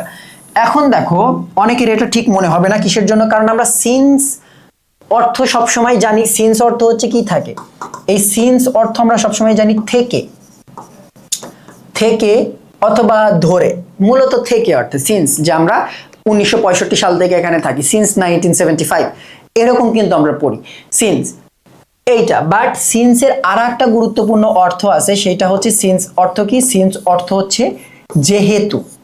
সিন্স অর্থ কি? সিন্স অর্থ হচ্ছে যেহেতু, যেহেতু। এখানে অর্থটা কি? যেহেতু। সিন্স আই ওয়াজ ইল, যেহেতু আমি অসুস্থ, I could not join the meeting, আমি মিটিংয়ে জয়েন করতে পারিনি। তাহলে সিন্সের অর্থ যেহেতু অর্থে আসলে এটা কিন্তু হতে পারে, তাহলে এই অংশটা তোমাকে খেয়াল করতে হবে। এটার অ্যান্সার হচ্ছে আমাদের এটা। Last question of first model test, synonym of, তাহলে এটাও ভোক্যাবস। এবং ট্রানকুইল, এই ট্রানকুইল শব্দটার অর্থ হচ্ছে শান্ত, শান্ত। এই শব্দটার সিনোনিম জানতে চাওয়া হচ্ছে। টার্বুলেন্ট মানে হচ্ছে একদম উদ্দাম, ঝড়ো মাতাল, একদম টালমাটাল অবস্থা। আনস্টেবল মানে মানে যে স্থির না, অস্থির অবস্থা। ভোলাটাইল, ভোলাটাইল অর্থ হচ্ছে টেম্পোরারি, যে জিনিসটা স্থির না। তাহলে ট্রাঙ্কুইল অর্থ শান্ত, সিরিন অর্থ হচ্ছে শান্ত বা পিসফুল একটা অবস্থা। তাহলে এটা গেল হচ্ছে আমাদের প্রথম মডেল টেস্ট। এখান থেকে আশা করি তোমাদের এতক্ষণ যে টপিকগুলো বললাম তোমাদের কিন্তু ধরে ফেলার কথা যে কোন কোন টপিক গুরুত্বপূর্ণ। এইবার দেখবো হচ্ছে আমরা সেট 2, এবং সেট 2 আমরা তাড়াতাড়ি যাব কারণ টপিকগুলো কিন্তু মোটামুটি সেম। প্রথম অংশ আমরা নিয়ম কিভাবে সলভ করতে হয়, কোন কোন টপিক পড়তে হয় একটু বিস্তারিত কথা বলেছি। এবার একটু আমরা ফাস্ট যাওয়ার চেষ্টা করব এবং দেখার চেষ্টা করব যে তোমরা কোন কোন জায়গায় ভুল করেছিলা এবং কোনটা সঠিক উত্তর। দেখো প্রথমেই হচ্ছে ইডিয়ামস থেকে, তাহলে এবারও তোমরা লেখা শুরু করো ইডিয়ামস অথবা ফ্রেজ থেকে। আমি সংক্ষেপে ইডিয়ামস লিখলাম। বার্ডস আই ভিউ অর্থাৎ পাখির চোখের দেখা, এটা তাহলে কি? পাখি দেখবা আকাশ থেকে কিন্তু একটা জেনারেল একটা ভিউ দেখে, অর্থাৎ উপর থেকে, ও কোনো অ্যাঙ্গেল থেকে দেখে না, ও সরাসরি উপর থেকে সবাইকে দেখছে। আমি ধরো তোমাকে একটা অ্যাঙ্গেল থেকে দেখছি, এই পাশে যদি দরজায়, এখানে দরজা আছে, দরজার কাছ থেকে কেউ যদি তোমাকে একটা দেখে ওটা একটা অ্যাঙ্গেল হবে, এই পাশ থেকে কেউ যদি দেখে ওটা একটা অ্যাঙ্গেল হবে। বাট পাখি একটা জেনারেলি উপর থেকে দেখে, এটাকে বলা হয় বার্ডস আই ভিউ, মানে হচ্ছে একটা জেনারেল ভিউ, অর্থাৎ একটা ওভারভিউ, কোনো কিছু সাধারণ একটা ভিউ। তাহলে ইডিয়মস, তাহলে বার্ডস আই ভিউ মানে হচ্ছে জেনারেল ভিউ। এরপরে 2 নাম্বার, এটাও ইডিয়মস, এটাও ইডিয়মস। দেখো কি বলছে, a bolt from the blue, bolt from the blue, bolt মানে কি? বোল্ট মানে হচ্ছে বিদ্যুৎ চমকানি বা ঝটকা, আর ব্লু মানে হচ্ছে এখানে স্কাই। তাহলে আকাশ থেকে যখন বিদ্যুতের ঝটকা আসে এটা কি কাউকে বলে কয়ে আসে? অবশ্যই না, এটা কিন্তু হুট করে আসে, তাহলে এটা আনএক্সপেক্টেড। তো তোমার জীবনে যখন কোনো একটা আনএক্সপেক্টেড খুবই বাজে ঘটনা ঘটে তুমি তখন বলবা যে it was a bolt from the blue, অর্থাৎ তোমার রেজাল্ট খারাপ হলো, পরীক্ষায় চান্স পেলা না বা কোনো একটা বাজে ঘটনা ঘটলো, তুমি বলতে পারবা যে this incident was bold from the blue, অর্থাৎ এই ঘটনাটা আমার জীবনে একটা বোল্ড ফ্রম দ্য ব্লু, অর্থাৎ আনএক্সপেক্টেড ঘটনা, খুবই বাজে ঘটনা। তাহলে a sudden, unexpected and unpleasant incident, অর্থাৎ যেটা জীবনে হঠাৎ করে আসা অপ্রিয় একটা ঘটনাকে বলা হয় এ বোল্ড ফ্রম দ্য ব্লু। এরপরে 3 দেখো, হুইচ লিটারেরি ডিভাইস ইজ, তাহলে এটাও হচ্ছে লিটারেরি পার্ট থেকে আসছে। The wind Whisper through the trees, এটা আগে কিন্তু একবার পড়ালাম। যেমন ধরো আগুন কিন্তু হিস শব্দ করতে পারে না, এটা সাপ করতে পারে, মানুষ করতে পারে। তেমনই ধরো বাতাস কিন্তু কখনো হুইসপার মানে কি, হুইসপার মানে হচ্ছে ফিস ফিস করে কথা বলা। আমরা কানের কাছে বলি না বন্ধু, মানে অনেক কিছু বলি, কিন্তু কার্টুনের মধ্যেও দেখবা ফিস ফিস ফিস ফিস করে কথা বলছে, অর্থাৎ গোপন কথা বলা। তাহলে দেখো বাতাস কিন্তু কখনো হুইসপার করতে পারে না, কানের কাছ দিয়ে বাতাস গেলে একটা হিস হিস শব্দ হয়, বাট ওটা কিন্তু বাতাস, এখানে বলা হচ্ছে হুইসপার, মানে ফিস ফিস করে কথা বলা, হুইসপার অর্থ। তাহলে হুইসপার তো বাতাস করতে পারে না, তাহলে এটা করতে পারে মানুষ। তাহলে যখন মানুষের গুণ বাতাসের মধ্যে দেওয়া হয় ওটাকে আমরা বলি পার্সনিফিকেশন। হাইপারবোল তো তোমরা জানো, কোনো কিছু অতিরঞ্জিত করে বলা। যেমন আমাদের মায়েরা বলে না খাবার দিয়ে, হয়তো তুমি তোমার রুমে মোবাইল চাপছো, তোমার আম্মা বলে যে খাইতে আয়, এরপরে দেখা যায় যে আর কিছুক্ষণ কথা নাই, এরপরে যখন বললো খাইতে তো ডাকলো না, তখন বলে যে 100 বার ডাকলাম তুই তো ফোন থুয়ে উঠলি না, তার কারণে আমরা খেয়ে নিয়েছি। তাহলে 100 বার কিন্তু তোমার আম্মা কিন্তু তোমাকে ডাকেনি, উনি হয়তো 2 থেকে 3টা ডাক দিয়েছে, তুমি বলতেছেন 100 বার ডেকেছি। আমরা বলি না 1000 বার বললাম, 1,00,000 বার বললাম। এই জিনিসগুলোকে বলা হয় হচ্ছে হাইপারবোল, কোনো কিছুকে অতিরঞ্জিত করে বলা। অ্যালিটারেশন কি, অ্যালিটারেশনে হচ্ছে 2টা লেটার সেম থাকে, ধরো এল এল থাকবে, মাঝে একটা ভিন্ন ওয়ার্ডও থাকতে পারে, সমস্যা নাই, এস এস থাকবে, মাঝে এ থাকলো সমস্যা নেই, আবার 2টা এসও পাশাপাশি থাকতে পারে, অর্থাৎ এখানে মূলত সেম লেটারগুলো রিপিট হয়, এটা হচ্ছে অ্যালিটারেশন। এরপরে দেখো ডায়াসপোরা, ডায়াসপোরা এটা ভোক্যাবস, বাট এই শব্দটা তোমরা হয়তো সিলেবাসে পড়োনি এবং আমরাও পড়িনি, এটা বোর্ড বইয়ে একটা সময় একটা প্যাসেজ ছিল ডায়াসপোরা। এটার অর্থ হচ্ছে people who settled in other countries, অর্থাৎ দেশান্তর হয়ে যাওয়া আর কি, ওয়ান কাইন্ড অফ অন্য দেশে যেয়ে সেটেল হওয়া। এরপরে দেখো ভয়েস থেকে প্রশ্ন, হানি টেস্ট সুইট, এটা কোন জায়গা থেকে এসেছে এটা বুঝতে পারছো তো? Honey taste sweet, the house is building, এই ধরনের যে ভয়েসগুলো আছে এগুলোকে আমরা বলি হচ্ছে কোয়াজি প্যাসিভ, কোয়াজি প্যাসিভ। এগুলো কি কিভাবে করতে হয়, একটা স্ট্রাকচার আছে। যেমন ধরো প্রথমে সাবজেক্টটা নিতে হয়, এরপরে এই অনুযায়ী একটা অক্সিলারি ভার্ব বসাতে হয়, এরপরে যে অ্যাডজেক্টিভটা থাকে ওটার সাথে ওই অ্যাডজেক্টিভটা বসাতে হয়, এরপরে কি দিতে হয়, হোয়েন দিতে হয়, এরপরে কি দিতে হয়, ইট ইজ দিতে হয়, হোয়েন ইট ইজ, এরপরে হচ্ছে V3 দিতে হয়। অর্থাৎ এইটা হচ্ছে আমাদের মূল স্ট্রাকচারটা, কোয়াজি প্যাসিভের মূল স্ট্রাকচার। এইটা ছাড়াও কোয়াজি প্যাসিভের আরো স্ট্রাকচার আছে, যেমন house is building, the house is being build, এইটা হয়। তো স্ট্রাকচার ডিফারেন্ট আছে, বাট হানি টেস্ট সুইট এইটা স্ট্রাকচার হচ্ছে এরকম। তাহলে হানি is sweet when it is tasted, এটা আশা করি অনেকের নিয়মের প্রয়োজনই পড়বে না, কারণ এটা অনেকের মুখস্থ হয়ে যাওয়ার কথা, কারণ হানি দিয়ে এটাই বারবার আমরা স্কুল লাইফ থেকে দেখে আসছি একই জিনিস। আচ্ছা, এরপরে দেখো ন্যারেশন থেকে, এরপরে হচ্ছে ন্যারেশন থেকে, choose the indirect speech of the following sentence. She said to me, do you know শুভ, সে আমাকে জিজ্ঞেস করলো আমি কি শুভকে চিনি কিনা, I said no, আমি বললাম না। তাহলে যেহেতু প্রশ্ন করছে কি হবে, asked হবে। তাহলে ask এর সাথে to বসে না, হয় he she asked me হবে, asked এর সাথে to হবে না। এখানে দেখো asked এর সাথে to দিয়েছে, তার কারণে ডি আগেই ভুল। এরপরে বাকিগুলো দেখবো। এখন দেখো প্রশ্ন করেছে অক্সিলারি ভার্ব দিয়ে, তার কারণে দ্যাট এর জায়গায় কি হবে, ইফ হবে। আর যদি ডাবলএইচ কোশ্চেন দিয়ে, যেমন হোয়েন, হোয়াট, এই জিনিসগুলো যদি থাকতো তাহলে কিন্তু হোয়েন অথবা হোয়াটই কিন্তু হয়ে যেত, কারণ আমরা জানি ডাবলএইচ কোশ্চেন দিয়ে যদি ভয়েস শুরু হয় তাহলে ওখানে কি বসে, ওখানে কিন্তু ডাবলএইচ কোশ্চেনটাই কিন্তু বসে। তো এখানে যেহেতু অক্সিলারি ভার্বটা বসেছে আমাদের এখানে ইফ বসাতে হবে। যেমন ধরো শি আস্কড মি, তারপরে দ্যাট বসেছে, হবে না, শি আস্কড মি, তাহলে এইটা ভুল, এই দুইটাতে ঠিক আছে, she asked me if, she asked me if. এবার দেখো, এবার আমরা আসবো হচ্ছে টেন্সের বিষয়। যেমন ধরো ডু ইউ নো, তাহলে present indefinite, do you know, do দেখেই বুঝতে পারছো এটা প্রেজেন্ট ইনডিফিনিট আছে। তাহলে ন্যারেশনে যদি প্রেজেন্ট ইনডিফিনিট থাকে, ইনডিরেক্ট ন্যারেশনে গিয়ে সেটা কি হয়, পাস্ট ইনডিফিনিট হয়। তাহলে এখানে দেখো knew, past indefinite, but know কি প্রেজেন্ট ইনডিফিনিট, তার কারণে এইটা ভুল। তাহলে আমাদের অ্যান্সার কোনটা আসছে? পুরো সেন্টেন্স কিন্তু আমাদের দেখতেই হলো না, আমরা এই অংশ থেকেই বুঝে গেলাম এটার অ্যান্সার এটা হবে। তারপরের অংশ দেখো, আই সেইড নো, তার মানে আই সেইড নো মানে কি, মানে কোনো প্রশ্নের উত্তরে বলছো নো, তার মানে কি হবে? I replied that I didn't. Know মানে আই ডোন্ট, মূল বাক্যটা ছিল হচ্ছে আই ডোন্ট নো, নো মানে হচ্ছে আই ডোন্ট নো, এই বাক্যটা ছিল। এখান থেকে জাস্ট খালি হচ্ছে নো আর কি নিয়ে আসছে সিম্পলি, তাহলে I replied that I did not. Okay, এরপরে দেখো 7 number, every cloud has a dash lining, এটা এসেছে প্রভার্ব থেকে, প্রবাদ প্রবচন যেটাকে আমরা বাংলায় বলি, ওইটা থেকে প্রভার্ব। দেখো এটা মুখস্থ অংশ, এটা আসলে তেমন ভাবে বোঝার কিছু নয়, এটা জাস্ট তোমাকে মুখস্থ করতে হবে কিছু প্রভাব। প্রভার্বের পরিমাণ কিন্তু অল্প, প্রভাব খুব বেশি একটা আসে না পরীক্ষায়, খুবই অল্প। তাহলে every cloud has a silver lining, অর্থাৎ হতাশার মাঝেও একটু আশার আলো আর কি।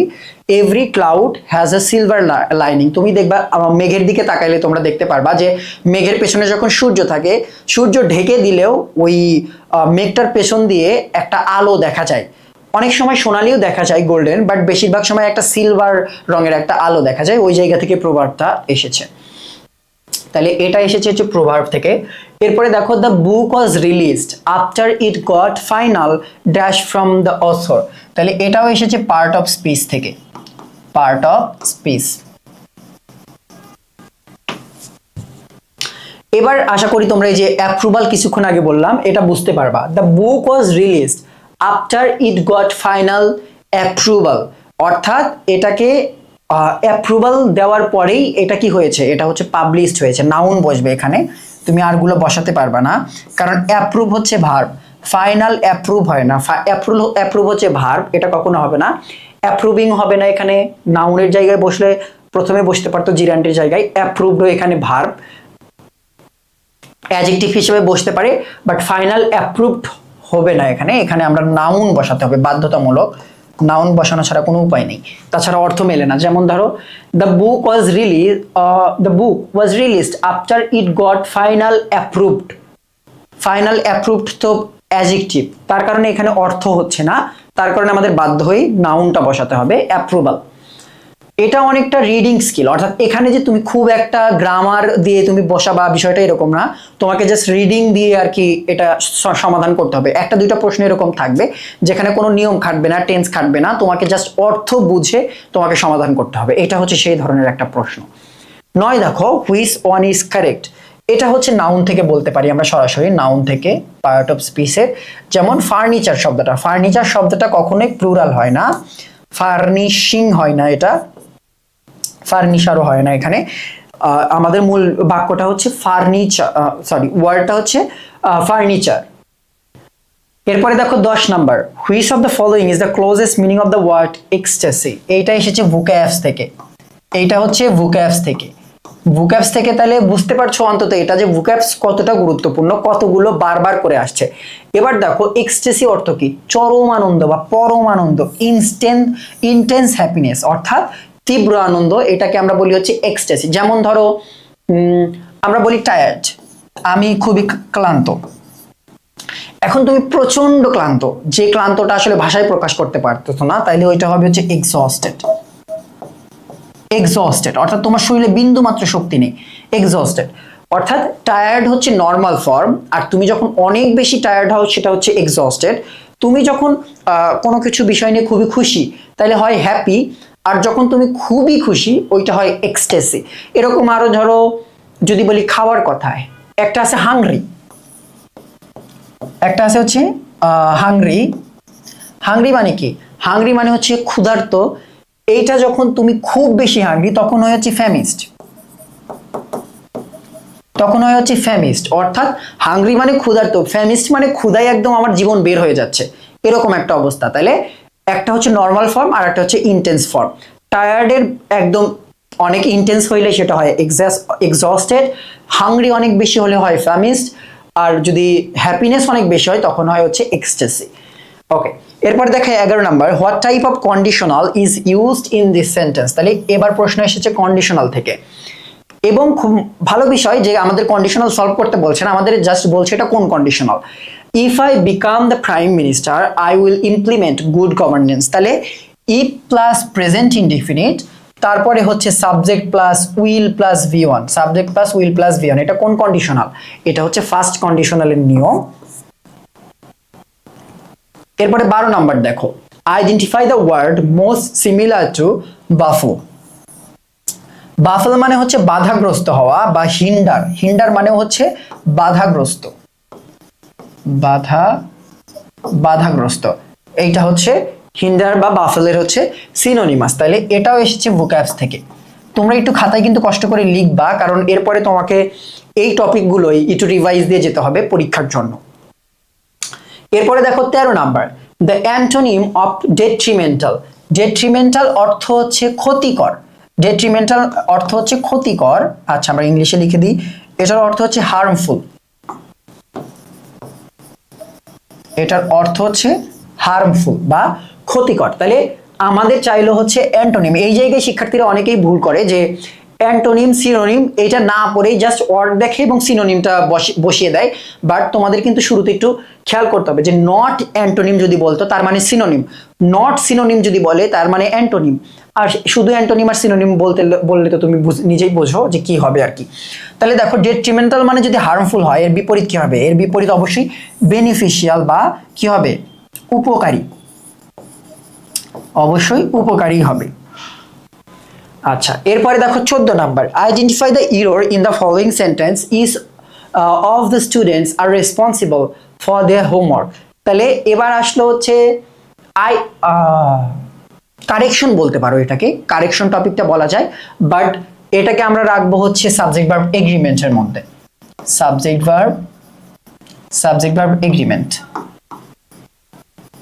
সাবজেক্ট ভার্ব এগ্রিমেন্টের মধ্যে রাখলাম এটা।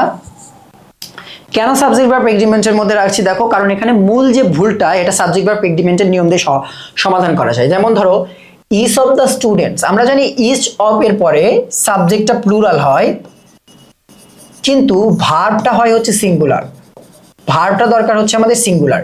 তাহলে ইচ অফ এর পরে সাবজেক্টটা প্লুরাল, ভার্ব হয় সিঙ্গুলার। আরেকটা হচ্ছে one of the students is missing, এরকম। অর্থাৎ ওয়ান অফ দ্যার পরে স্টুডেন্টস হয়েছে বাট ইজ মিসিং হয়েছে, ইজ হচ্ছে সিঙ্গুলার। তো এখানে আমাদের মূল ভুলটা আছে হচ্ছে আর, এইটা হচ্ছে আমাদের মূল ভুল। তাহলে each of the students is হবে, অর্থাৎ প্রত্যেককে আলাদা আলাদা করা বোঝাচ্ছে। Is responsible for their homework, অর্থাৎ প্রত্যেকটা স্টুডেন্ট আলাদা আলাদা ভাবে তার নিজের হোমওয়ার্কের জন্য দায়ী বা রেসপন্সিবল, ওকেই করতে হবে। 15 দেখো, you should always try your best to achieve your goals. তাহলে এইবার আসলে হচ্ছে আমাদের পার্ট অফ স্পিচ থেকে আইডেন্টিফিকেশন এসেছে। আমরা যেটা বলছিলাম যে তোমাকে আইডেন্টিফাই করতে বলবে, you should always try your best. এই পর্যন্ত হলে আমরা বাক্যের থেকে বের করতে পারবো তোমাকে চেষ্টা করা উচিত। কখন চেষ্টা করা উচিত? সব সময়। তাহলে ট্রাই হচ্ছে আমাদের ভার্ব, আর ভার্বকে যে মডিফাই করে সে কি হয়? সে হয় হচ্ছে অ্যাডভার্ব। তাহলে ইউ শুড অলওয়েজ ট্রাই, তোমার ট্রাই করা উচিত। এখন কখন ট্রাই করা উচিত? অলওয়েজ, অর্থাৎ হোয়েন দিয়ে প্রশ্ন করে উত্তর পাচ্ছি, তাহলে এটা হবে আমাদের অ্যাডভার্ব। এরপরে যাবো 16 নাম্বার, দেখো which on shows the correct spelling. তাহলে এখানে কোন স্পেলিংটা সঠিক? ইন্টিগ্রিটি আছে, এই ইন্টিগ্রিটি শব্দের অর্থ হচ্ছে সততা, ইন্টিগ্রিটি শব্দের অর্থ হচ্ছে সততা। এখানে দেখো ইন্টিগ্রেটি আছে, এটার জন্য ভুল। এখানে এনটিই আছে, এটাতেও ভুল।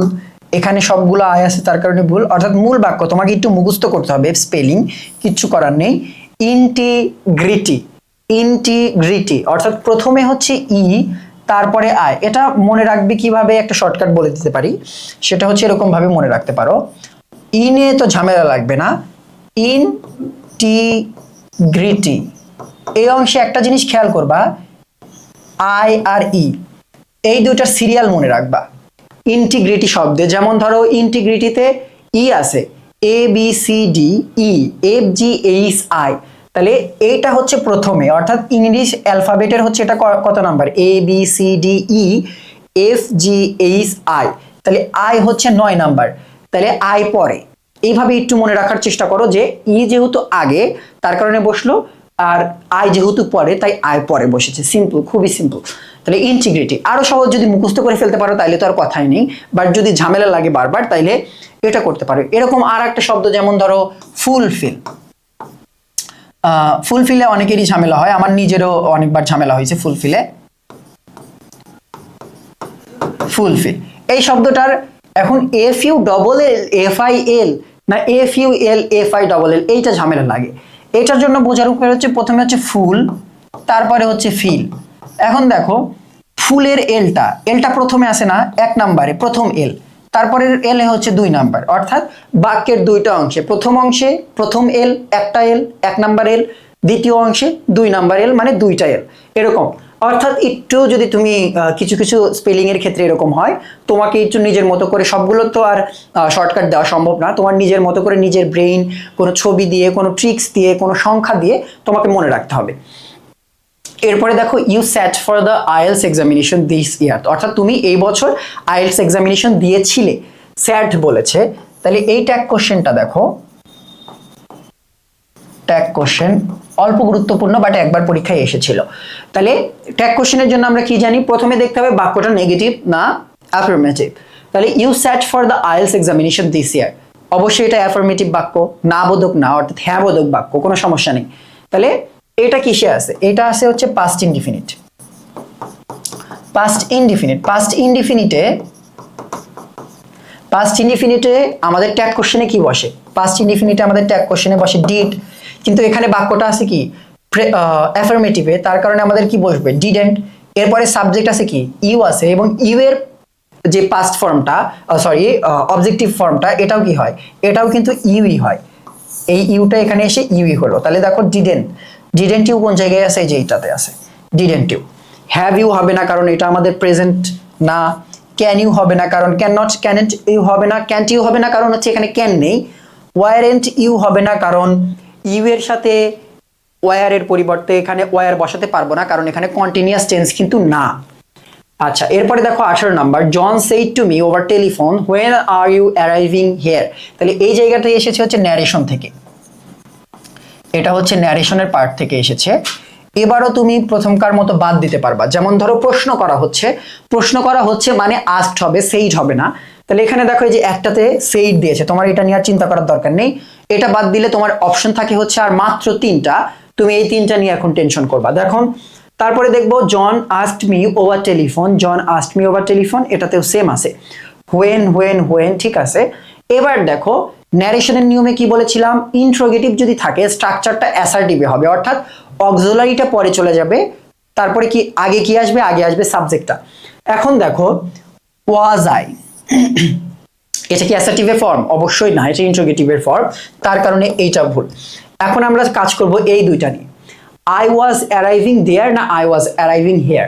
আমরা জানি এখানে হেয়ার থাকলে কি হয়, হেয়ার থাকলে দেয়ার হয়, নাও থাকলে দেন হয়, ইয়েস্টারডে থাকলে প্রিভিয়াস ডে হয়, তারপরে হচ্ছে যদি লাস্ট নাইট থাকলে দ্য প্রিভিয়াস নাইট হয়, টুমোরো থাকলে দ্য নেক্সট ডে হয়, এরকম আর কি। অর্থাৎ এখানে যে জিনিসগুলো থাকবে তোমার তার বিপরীত লিখতে হবে। তাহলে এখানে শুধুমাত্র এই হেয়ার থাকার কারণে পুরো বাক্যটা ভুল, আমাদের অ্যান্সার হচ্ছে এইটা, John asked me over telephone when I was arriving there. Was হয়েছে কিসের জন্য, কারণ আমরা জানি প্রেজেন্ট কন্টিনিউয়াস থাকলে কি হয়, পাস্ট কন্টিনিউয়াস, খুবই সিম্পল। এরপরে দেখো 19 নাম্বার, এবারও ন্যারেশন, বাট এবার কিন্তু আর ইনডিরেক্ট চাইনি, এবার ডিরেক্ট, অর্থাৎ ইনডিরেক্টেই দেওয়া আছে, তোমাকে ডিরেক্টে করতে হবে। কি বলছে দেখো, the client requested me, request থাকলেই কি দিতে হয়, প্লিজ দিতে হয়। তাহলে রিকোয়েস্ট যেহেতু আছে আমরা বুঝতে পারছি প্লিজটা বসবে। The client requested me to clarify the matter, তাহলে ওই ক্লায়েন্ট আমাকে কি করলো, রিকোয়েস্ট করলো ওই ম্যাটারটাকে কি করতে, ক্লারিফাই করতে। তাহলে আমরা প্রথমে যাব the client said to me, কোনো জায়গায় ভুল নেই, কিন্তু রিকোয়েস্টেড যেহেতু আছে আমাদের প্লিজ দিতে হবে, আর কোনোটাতে প্লিজ নাই। দেখো you clarify the matter, why don't you clarify the matter, you will clarify the matter, কোনোটাই কিন্তু স্ট্রাকচারের সাথে যাচ্ছে না। কারণ দেখো এখানে উইল বসেছে, এখানে গিয়ে এটা উড হয়ে যাইত, তাহলে তো এখানে উড থাকার কথা ছিল, উড নেই, ভুল। ইউ ক্লারিফাই দ্য ম্যাটার, এখন দেখো ইউ ক্লারিফাই দ্য ম্যাটার মানে তোমাকে অর্ডার করছে কাইন্ড অফ, যে তুমি এটা করো, তাহলে এখানে অর্ডার থাকতো, এটা হবে না। এরপরে দেখো হোয়াই ডোন্ট ইউ, এটা কিন্তু প্রশ্নবোধক কোনো বাক্য এখানে বোঝাচ্ছে না, why don't you clarify the matter, তো এর কারণে ভুল। অর্থাৎ প্লিজটা দিয়ে হচ্ছে সবচেয়ে কমনলি বোঝা যায়, কারণ যেহেতু রিকোয়েস্টেড বলেছে, সহজ উপায় হচ্ছে এখান থেকে প্লিজটা খুঁজে বের করা। ওকে, এরপরে আবার সেই প্রথমের মতো একটা নিয়ম আমরা পেয়েছি। দেখো আমরা বলেছিলাম যে অফ যুক্ত যে অংশটা থাকে এটা না ধরতে এই অংশটাতে। যেমন ধরো তোমাদের এটাতেও অনেকে ভুল করেছো এই রোজেসটার কারণে, কারণ গ্যাপের আগে রোজ আছে, তাহলে অবশ্যই রোজেসের সাথে আর অথবা ওয়্যার হবে, এটাই তোমরা ভেবেছো। A bouquet of freshly picked roses are placed, তোমরা ভেবেছো রোজেস আর প্লেসড, আসলে কি রোজের কথা বলছে? অবশ্যই না, রোজের কথা বলছে না, বলছে একটা বুকেটের কথা, বুকের কথা, অর্থাৎ ফ্লাওয়ার বুকের কথা বলছে, এটুক বাদ দাও। এবার দেখো এ বুকেট ইজ প্লেসড বা এ বুকেট ইজ ওয়াজ প্লেসড, এইটা মূল বাক্যটা হচ্ছে আমাদের এইটা। তাহলে এই যে বুকের কথা বলছে, গোলাপ ফুলের কথা বলছে না, বলছে গোলাপ ফুলের বুকে। তাহলে মূল জিনিসটা কি? মূল হচ্ছে আমাদের ফ্লাওয়ার, বুকেটটা হচ্ছে আমাদের মূল জিনিস, মূল জিনিসটা কিন্তু ফ্লাওয়ার না, ফ্লাওয়ার নিয়ে কথা বলছে না, কথা বলছে বুকেটটা নিয়ে, অর্থাৎ বুকেটটা রাখা আছে, ফ্লাওয়ার গুলো না। অর্থাৎ মূল বাক্য তোমাকে সাবজেক্টটা এখানে খুঁজে বের করতে হবে, এটা হচ্ছে তোমার কাজ। তাহলে অফ এর পরের অংশটা হচ্ছে এই অংশটা ঢেকে দিবা, অফ থেকে পরের অংশ যদি ঝামেলা হয় সাবজেক্ট বের করতে, অফ থেকে পরের অংশ এরকম করে ঢেকে দিবা এবং তারপরে দেখবা যে অর্থ আসে কিনা। এ বুকেট ইজ প্লেসড রাখা ছিল, ঠিক আছে, অর্থ কিন্তু এসেছে, কোনো ঝামেলা নেই। তাহলে মূল সাবজেক্ট এইটা হচ্ছে আমাদের সাবজেক্ট, এইটা অনুযায়ী আমাদের কি বসবে? এ বুকের সাথে অবশ্যই ইজ বসবে, কারণ বুকে হচ্ছে সিঙ্গুলার, এর সাথে আর বসবে না, ওয়্যারও বসবে না, আর বসবে না, ওয়্যারও বসবে না। হ্যাজ বসতো যদি হ্যাজ বিন প্লেসড হইতো, হ্যাজ প্লেসড, হ্যাজ তো সিঙ্গুলার, তো হ্যাজ কেন বসাচ্ছি না? এটা একটা প্রশ্ন হতে পারে যে হ্যাজ কেন বসাচ্ছি না। এখন দেখো বুকে, বুকে হচ্ছে একটা বস্তু, এমন ধরো এই পেনটা, এই পেনটা আমি আমার হাতের উপর প্লেস করলাম, the pen is placed on my hand. এখন আমি বললাম the pen has placed on my hand, তার মানে কি বোঝাচ্ছে? তার মানে বোঝাচ্ছে এই পেনটা নিজে নিজেই হেঁটে এসে আমার হাতের উপর প্লেস হয়ে গেছে। এখন এই পেনটার কি নিজে নিজের হাতের উপর বসার ক্ষমতা আছে? ক্ষমতা কিন্তু নেই, কারো দ্বারা আমার হাতের উপর বসানো হয়েছে, সেটা হোক আমি বা অন্য কেউ। এখানে বুকের ক্ষেত্রেও সেম, বুকে নিজে নিজে কোনো জায়গায় যেতে পারে না, কোনো জায়গায় প্লেস হতে পারে না, অন্য কেউ প্লেস করেছে।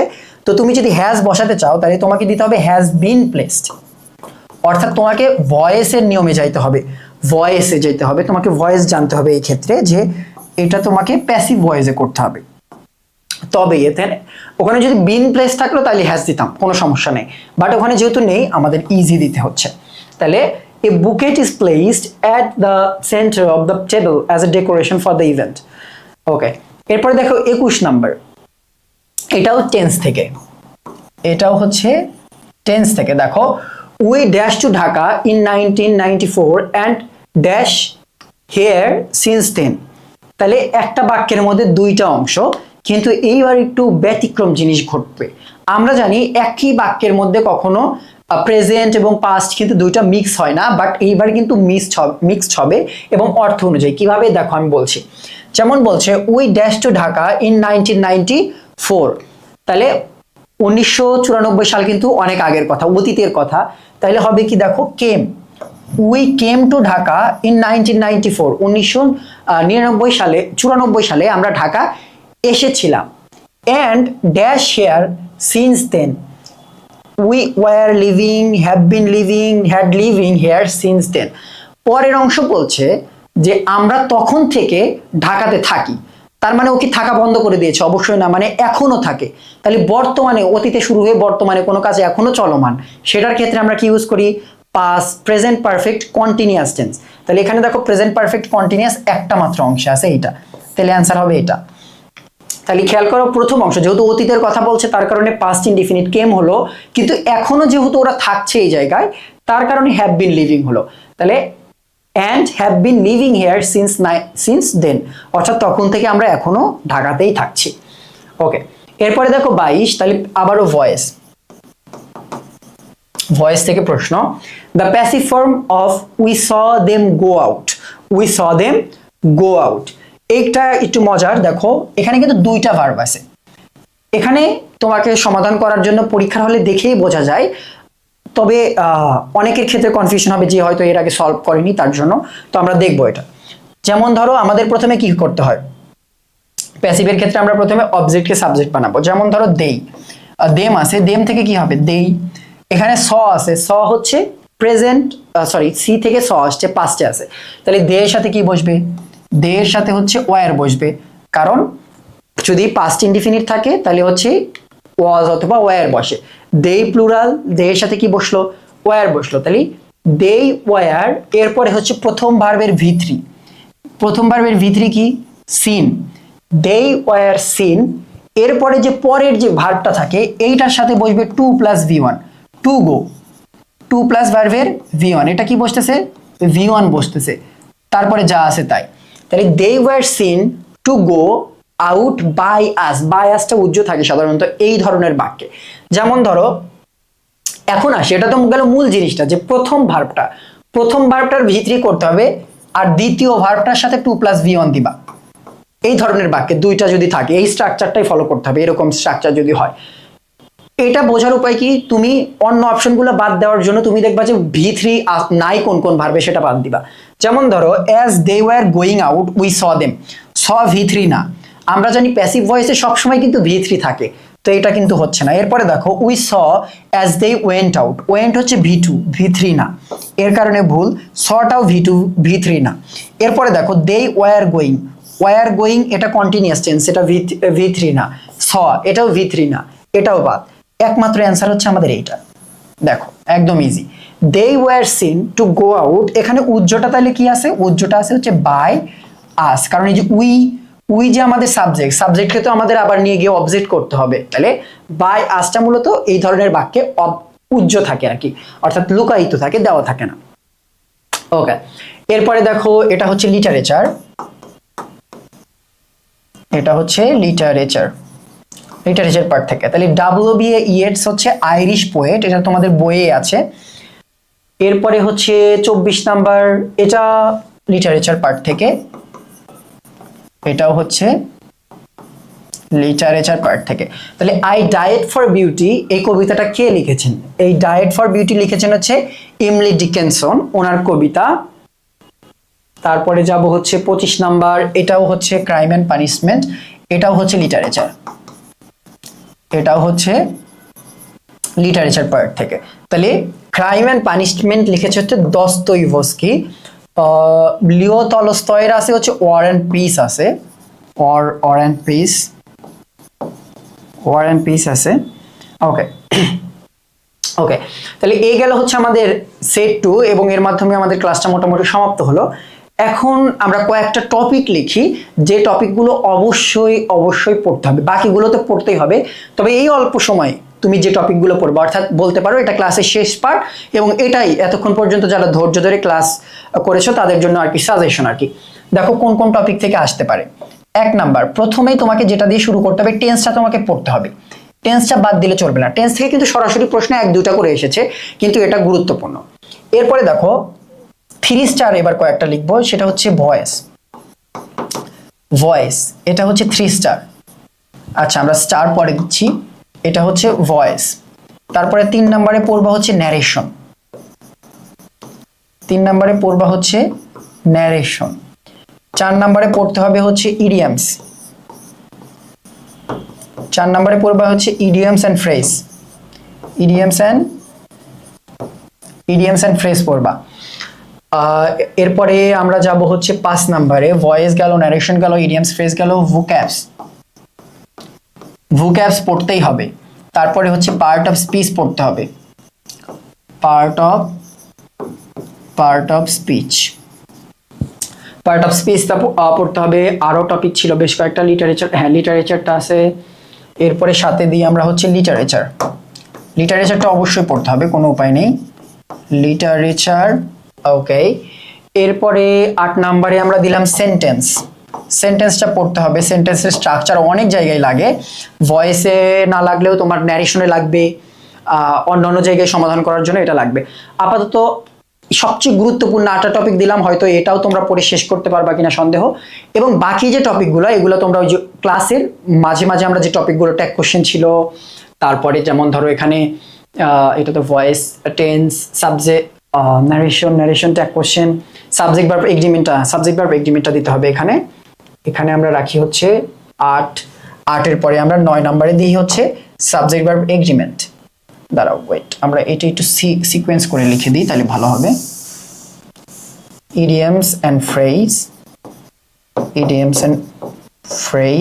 8 দিলাম হচ্ছে আমরা সেন্টেন্স, আর 9 নম্বরে দিলাম হচ্ছে আমরা সাবজেক্ট ভার্ব এগ্রিমেন্ট। ওকে, এই টপিকগুলো আপাতত পড়ো, মানে খুবই গুরুত্ব দিয়ে পড়তে হবে, এগুলো থেকে প্রশ্ন অবশ্যই আসবে। আর আমি স্টার্ট দিয়ে দিচ্ছি জাস্ট যেগুলো তোমাদের জন্য গুরুত্বপূর্ণ আর কি। দেখো এবার একটু গুরুত্ব সহকারে দেখো। 3 স্টার হচ্ছে এইটা, ভয়েস থেকে প্রশ্ন আসবে। ন্যারেশন হচ্ছে তোমাদের 3 স্টার, এটা থেকে প্রশ্ন আসবে। ইডিয়ামস 3 স্টার, এটা থেকে প্রশ্ন আসবে। ইডিয়ামস এন্ড ফ্রেজ থেকে। পার্টস অফ স্পিচ থেকে 3 স্টার প্রশ্ন আসবে। লিটারেচার থেকে 3 স্টার, এটা থেকে প্রশ্ন মাস্ট আসবে এবং একাধিক আসবে। এরপরে যদি তুমি বলো ভোক্যাবস হচ্ছে 4 স্টার, এটা থেকে অনেক বেশি প্রশ্ন আসবে, 5 স্টার বলা যায় এটা যায়। এরপরে যেগুলো আছে যেমন ধরো সেন্টেন্স, এটা 1 স্টার, সাবজেক্ট ভার্ব এগ্রিমেন্ট হচ্ছে 2 স্টার, টেন্স হচ্ছে 1 স্টার, আর বাকি যতগুলো আছে ট্যাগ কোশ্চেন থেকে শুরু করে আরো যেগুলো একটা একটা করে পেয়েছি সবগুলো হচ্ছে 1 স্টার। তবে এই 3 স্টার এবং 4 স্টার 5 স্টার অন্তত এই 9টা টপিক একটু ভালো করে পড়ে যাওয়ার চেষ্টা করো, ইনশাআল্লাহ ভালো কিছু হবে আশা করছি। আরো বিভিন্ন রকমের টপিক ছিল, ড্যাংলিং মডিফায়ার, তারপরে হচ্ছে সিকোয়েন্স অফ টেন্স,